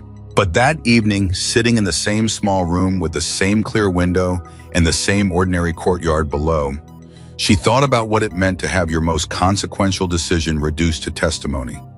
To have the moment you whispered "not today" to an empty desert become a line in a federal deposition. To have the 19 seconds that changed everything transformed into a clause in an indictment. It was, she decided, fine. The record was not the event. The testimony was not the decision. The deposition was not the ridge. The ridge was the ridge. That was hers. That would always be hers, and no institutional process, however thorough, could touch it or reduce it or make it into something other than what it had been. A woman on a ridge, a decision made alone. 4 men who came home. She was still sitting with that thought when her phone rang. Mercer, she answered. "Hey, how was your afternoon session?" "Fine, yours?" "Fine." A pause. "They asked me about the moment you made the shot at the detonator. I described the angle, the conditions, your shoulder." Another pause. "I may have undersold the conditions slightly." "How slightly?" "I said it was a difficult shot under difficult circumstances. I didn't say it was the most difficult thing I've ever watched anyone do without flinching." She was quiet for a moment. "It hurt," she said. "I know. A lot. I know that too." His voice was careful and certain at the same time. "You didn't show it." "I was trained not to show it." "Yeah." A pause. Evelyn. "What? Are you okay?" "Actually okay. Not trained to say you're okay, actually." She thought about it, the way he had asked her to, actually. Without the performance of professional equilibrium, without the automatic reassurance that was so deeply embedded in her default responses that she sometimes couldn't tell the difference between it and the truth. "Actually okay." "Getting there," she said. He was quiet for a moment. "Good," he said. "That's a good answer. It's an honest one. Even better." Outside her window, the last light of the afternoon was falling across the courtyard in long, flat angles, turning everything briefly gold before the color drained and the ordinary gray of evening settled in. Below, the maintenance worker had gone. The parking lot was quieter. The wind had dropped. She thought about a question Grant had asked her in the hospital. "When did you decide exactly when?" She had answered him truthfully. She had decided when she saw him go down. But that was the trigger. The decision itself was older. It had been made 8 years earlier when she was 23 and a phone call had come in, and everything after that had been in some way she couldn't fully articulate, but completely understood the working out of something she had known since that moment. That being present matters. That watching isn't enough. That there is a point at which professionalism and humanity intersect. And when they intersect, humanity has to win, or professionalism means nothing. Daniel had taught her that. He had taught it to her the hard way. She had carried it every day since. And on a western ridge in New Mexico, on a night when everything had gone wrong and 4 strangers were running out of time, she had finally had the chance to spend what she had been carrying. It had cost her. She was getting there. That was enough. The prosecution of Richard Voss took 11 months.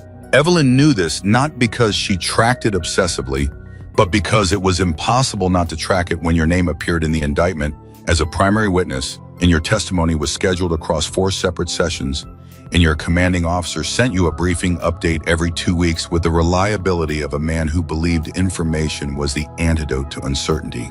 11 months of depositions, cross-examinations, evidentiary hearings, and the slow-grinding institutional machinery of federal prosecution, working through a case that had tentacles in 3 states in 14 months of documented conspiracy. She testified twice in open session. The first time she described what she had seen from the ridge, the mechanics of it, the timeline, the shots, their purposes, their outcomes.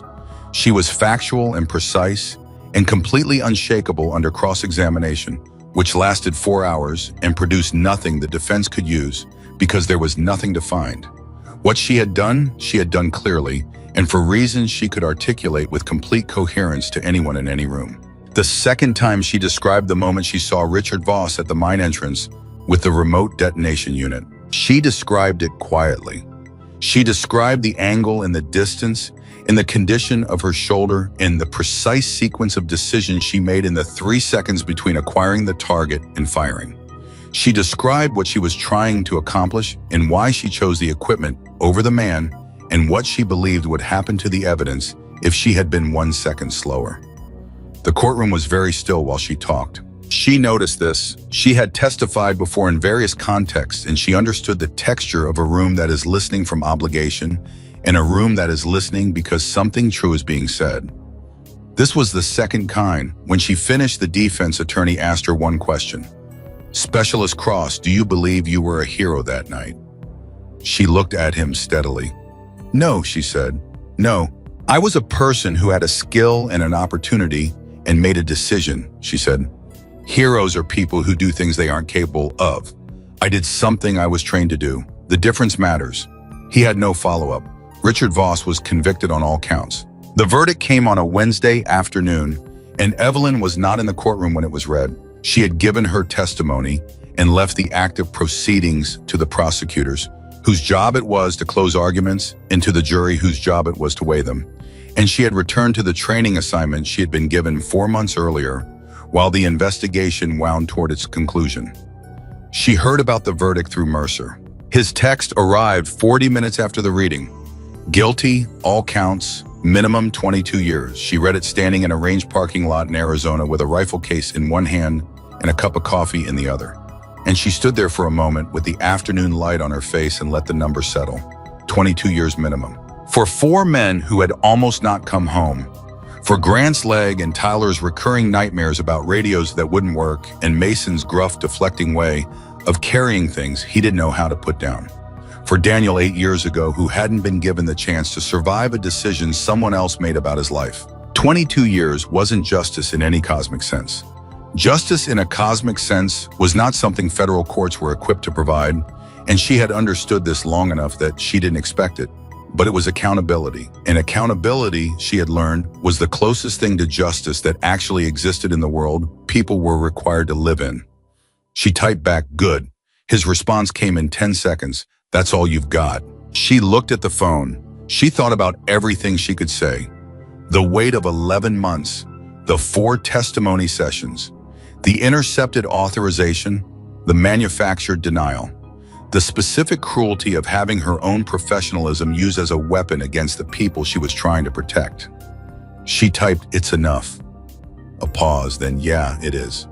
She put the phone in her pocket and picked up her rifle case and went back to work. The Arizona range was nothing like Red Mesa. It was a proper facility, organized and equipped with established sight lines and calibrated distances, and the kind of infrastructure that made precision work feel almost administrative.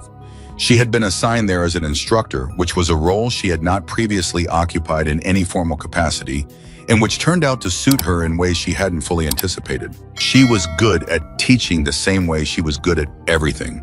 She put sustained attention into completely, without shortcuts, with genuine interest in whether the person across from her was actually learning or merely performing the motions of learning, which were entirely different things and required entirely different responses. Her students were a mixed group. Some of them were exceptional. Some of them were competent.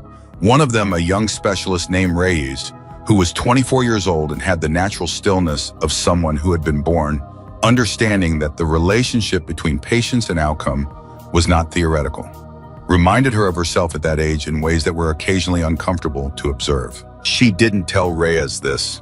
It wasn't useful information, and it wasn't her habit to offer personal observations when professional ones would serve better. What she told Reyes on the third week of instruction, when the young specialist had made a technically perfect shot under perfect conditions, and then repeated it under imperfect conditions, and then repeated it again under conditions that were genuinely difficult, was this: "You're ready for the conditions to get worse." Reyes looked at her. "How much worse?" "Worse than you think you can handle," Evelyn said. "That's when it matters." Reyes looked downrange for a moment. "How do you know when you're ready for that?" "You don't," Evelyn said. "You find out when it happens." It was the most honest answer she had. It was also, she knew, the most useful one, because the alternative, telling someone they were ready, giving them a confidence that the moment itself had not yet authorized, was a kindness that became a liability the first time the moment arrived and felt nothing like the preparation. She had been on that ridge. She knew.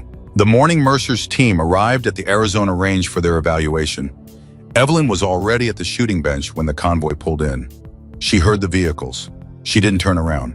She heard Mason before she saw him, his voice carrying across the range with the carrying quality of a man who had spent decades in open environments, produced the comment she had been in some quiet part of her waiting for. "Oh great, the ghost is back." She turned around. I was standing 20 feet away, with his arms crossed, in an expression of theatrical resignation that fooled approximately nobody who had spent more than 4 hours in his company, which she now had. "Mason," she said. "You're our instructor," he said. It was not a question. It was the specific tone of a man confirming information he finds personally inconvenient. "For the next 6 weeks," she confirmed. He looked at the range, he looked at the sky, he looked at her. "I want it on record," he said, "that I have significant reservations." "Noted," she said. "They're wrong, but they're noted." From behind him, Tyler Beckett appeared, walking quickly in the way Tyler seemed to do everything, with the purposeful energy of someone who had decided that efficiency was a moral position. He stopped when he saw her, and his face did the thing it always did when he was genuinely surprised, which was to briefly abandon all the professional composure he worked hard to maintain and simply look like a person having a feeling. "You're here," he said. "I'm here. You're our instructor. For 6 weeks, yes. Try to keep up, Beckett." He laughed. Actually laughed the way people laugh when something releases tension they'd been carrying without fully realizing it.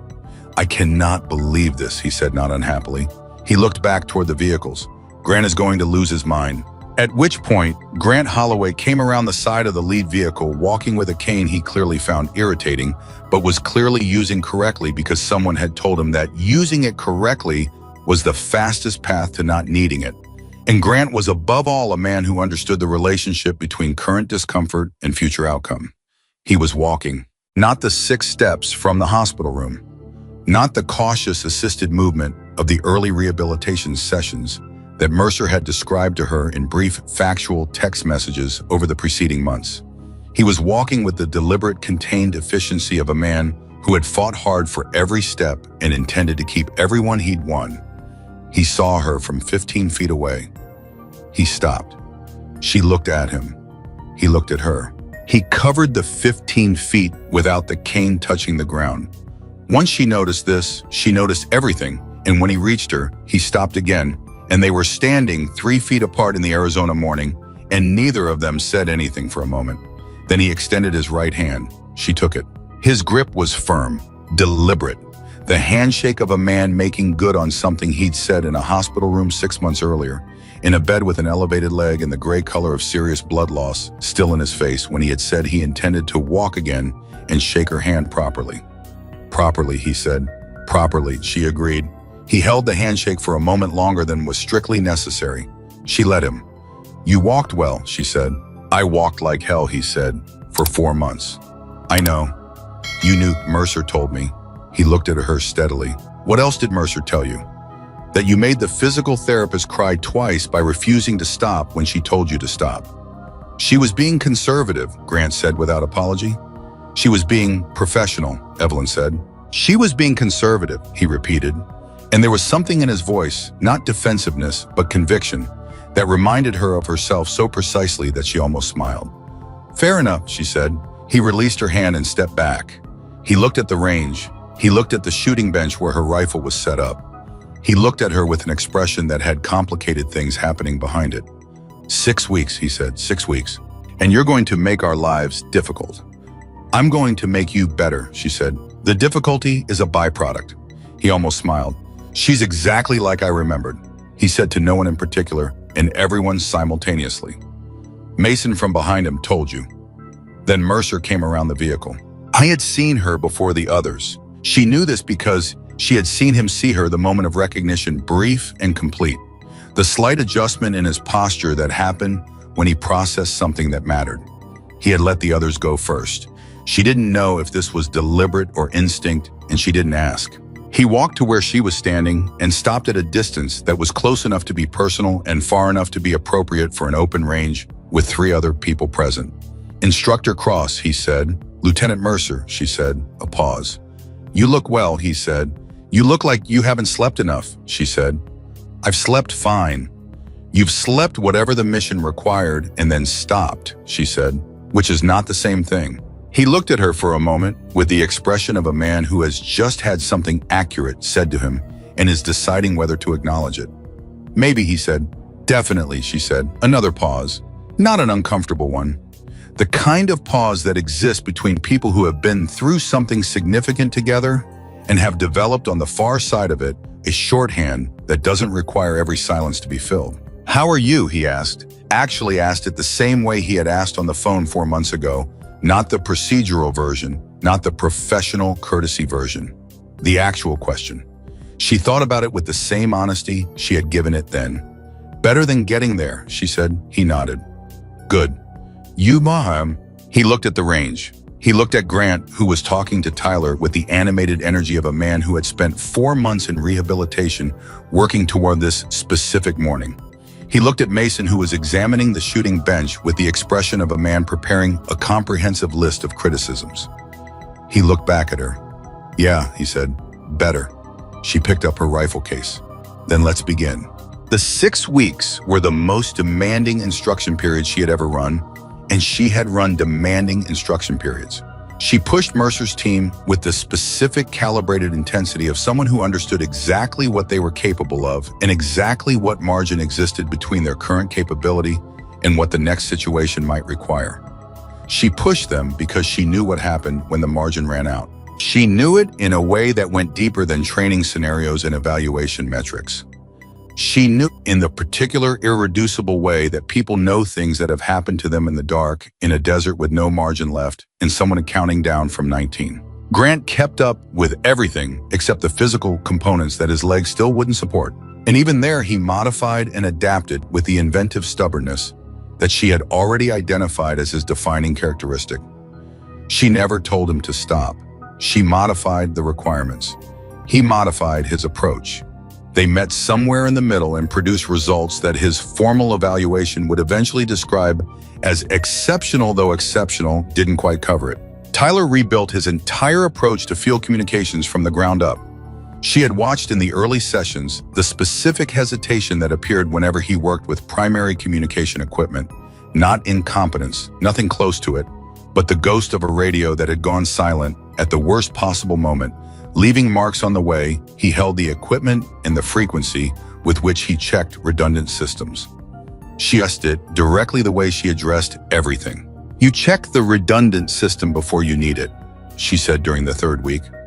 "That's correct, but you check it with doubt, not with confirmation. You're looking for it to fail. That hesitation is going to cost you time when time is what matters." Tyler looked at her. "How do you know that?" "Because I watched you in Coyote Wash," she said. "And I watched what it cost your team when primary communication failed. And I watched what you did with that experience." She held his gaze. "You learned the wrong lesson." "What's the wrong lesson?" "That the equipment will fail when you need it most." She shook her head. "The right lesson is that preparation is the answer to failure. You've done the preparation. Now you have to trust it." He was quiet for a moment. "That's harder than it sounds," he said. "Everything worth doing is harder than it sounds," she said. "That's not a reason. That's just information." By the end of week 2, Tyler's communication protocols were the cleanest she had assessed in 3 years of evaluation work. Mason was Mason. This required its own approach. I was technically excellent. He had been technically excellent for 20 years and had the specific settled competence of a man who had stopped being impressed by his own ability so long ago that the impression had worn smooth. The challenge with Mason was not skill. The challenge with Mason was that his assessment of any given situation was always filtered through a layer of preemptive skepticism that was in most circumstances extremely useful, and that in specific circumstances caused him to hesitate one beat longer than he should. She identified the specific circumstances in week 3.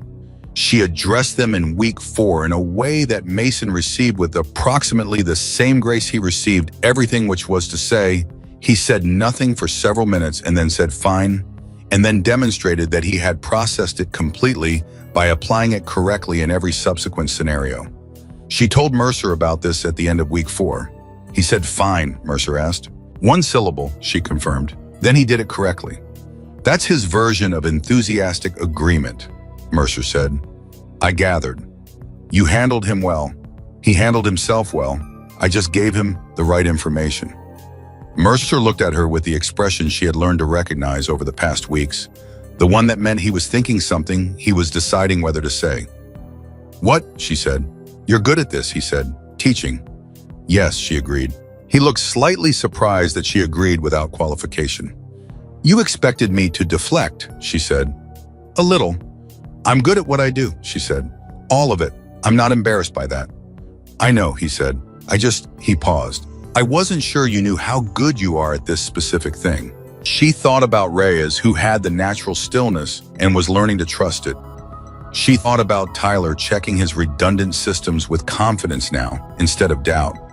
She thought about Grant, who that morning had completed a full assessment sequence without the cane for the first time since the surgery, and who had looked at her afterward with an expression of contained triumph that she had matched with a nod because some things didn't need more than that. "I'm starting to know," she said. The twist that arrived in week 5 was not tactical. It was not operational. It was the kind of twist that lives in the administrative layer of institutional life and is no less significant for being quiet. She received the notification on a Tuesday morning before the day's first session. Her unit, the compartmentalized evaluation program she had been attached to since before Red Mesa was being restructured. The investigation had exposed not just Voss and Crane, but several systemic vulnerabilities in how isolated reconnaissance elements operated without sufficient command visibility or emergency authority. The restructuring was a direct response to those findings, and within the restructuring, there was a new position, a role that had not existed before, a role that required someone who understood both the technical demands of long-range precision work and the operational demands of field reconnaissance, and critically the specific experience of making high-stakes decisions in compromised command environments without a framework that adequately supported those decisions.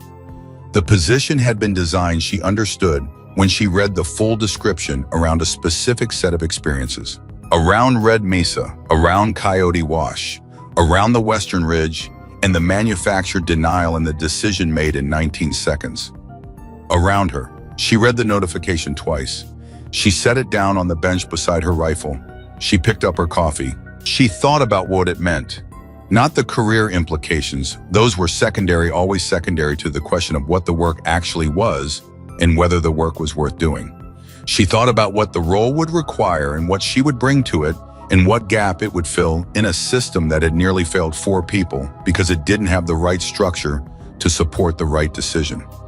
She thought about Daniel. She thought about 23 years old in a phone call and the long education that had followed it, the years of learning what professionalism could do and what it couldn't, and where the line was between discipline and complicity, and how to stand on the right side of that line when the cost of standing there was real.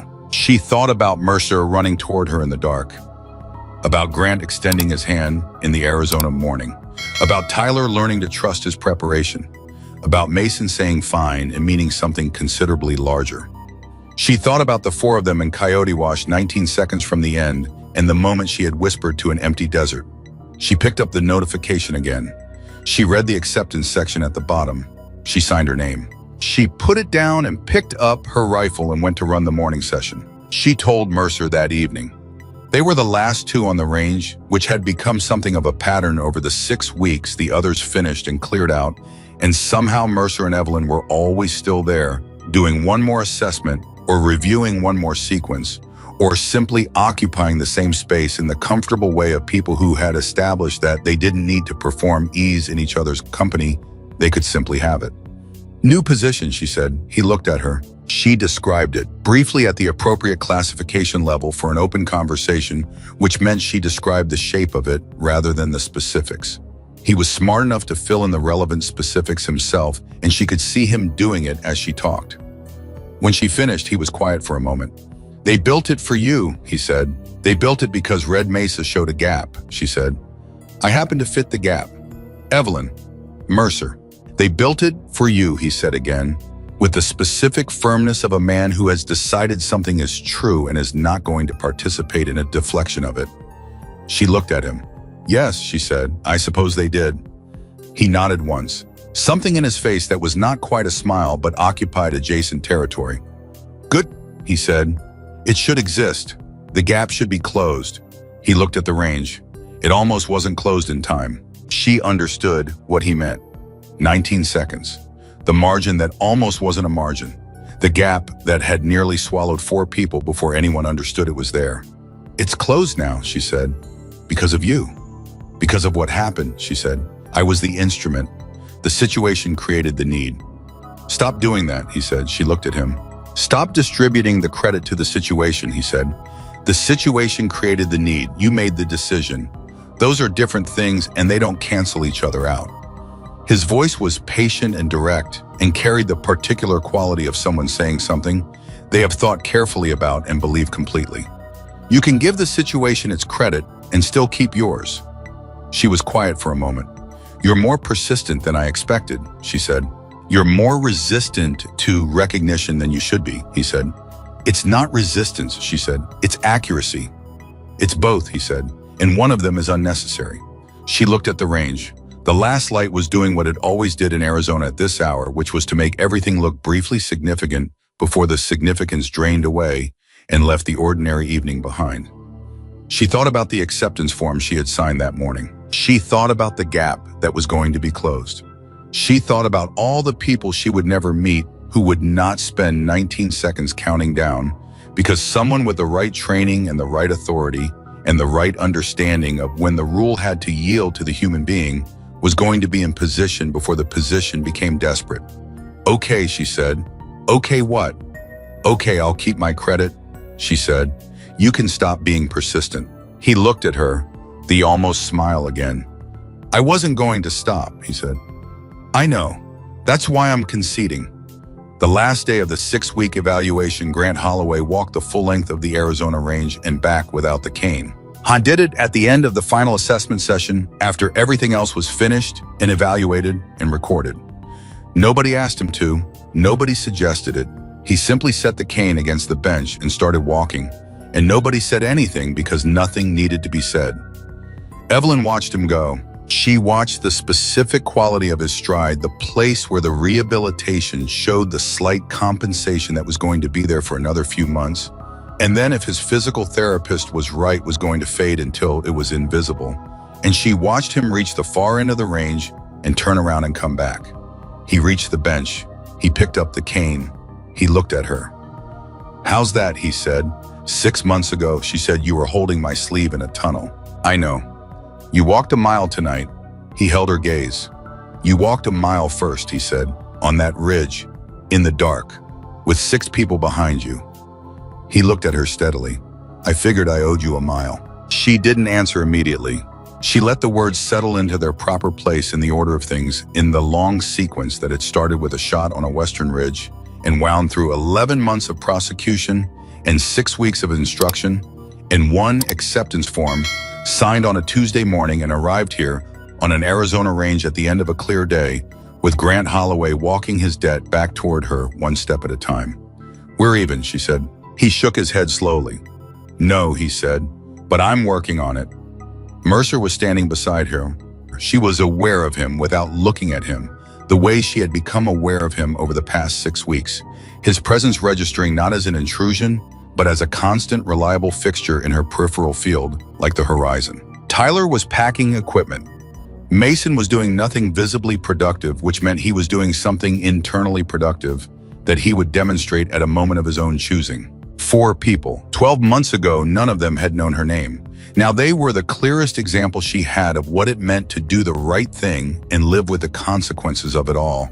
The consequences, the hard ones and the ones that turned out to be better than expected, and the ones still working themselves out in the daily effort of walking without a cane and trusting your radio and saying fine when you meant something far larger. She had not saved them because they were special. She had saved them because they were there, because they were people running out of time, and she was in a position to do something about it. And the only question that had ever really mattered was whether she was the kind of person who did something or the kind of person who watched. She had answered that question on a western ridge in New Mexico in 19 seconds. The answer had not changed. It would not change. It was not the kind of answer that changed once it was truly given. She picked up her rifle case. She looked at the range one last time at the distances she had built her professional life around, the measurements that translated intention into outcome, the precise and demanding work of making something land exactly where it was aimed. Then she looked at the 4 men who had been on the other end of the most important shot she would ever make. She said, "Same time tomorrow." Mason groaned. Tyler laughed. Grant shook his head with something that was equal parts exhaustion and satisfaction. And Mercer looked at her the way he always looked at her, directly, completely, without performance or pretense, and said the only thing he ever needed to say. "We'll be here." She walked to her vehicle.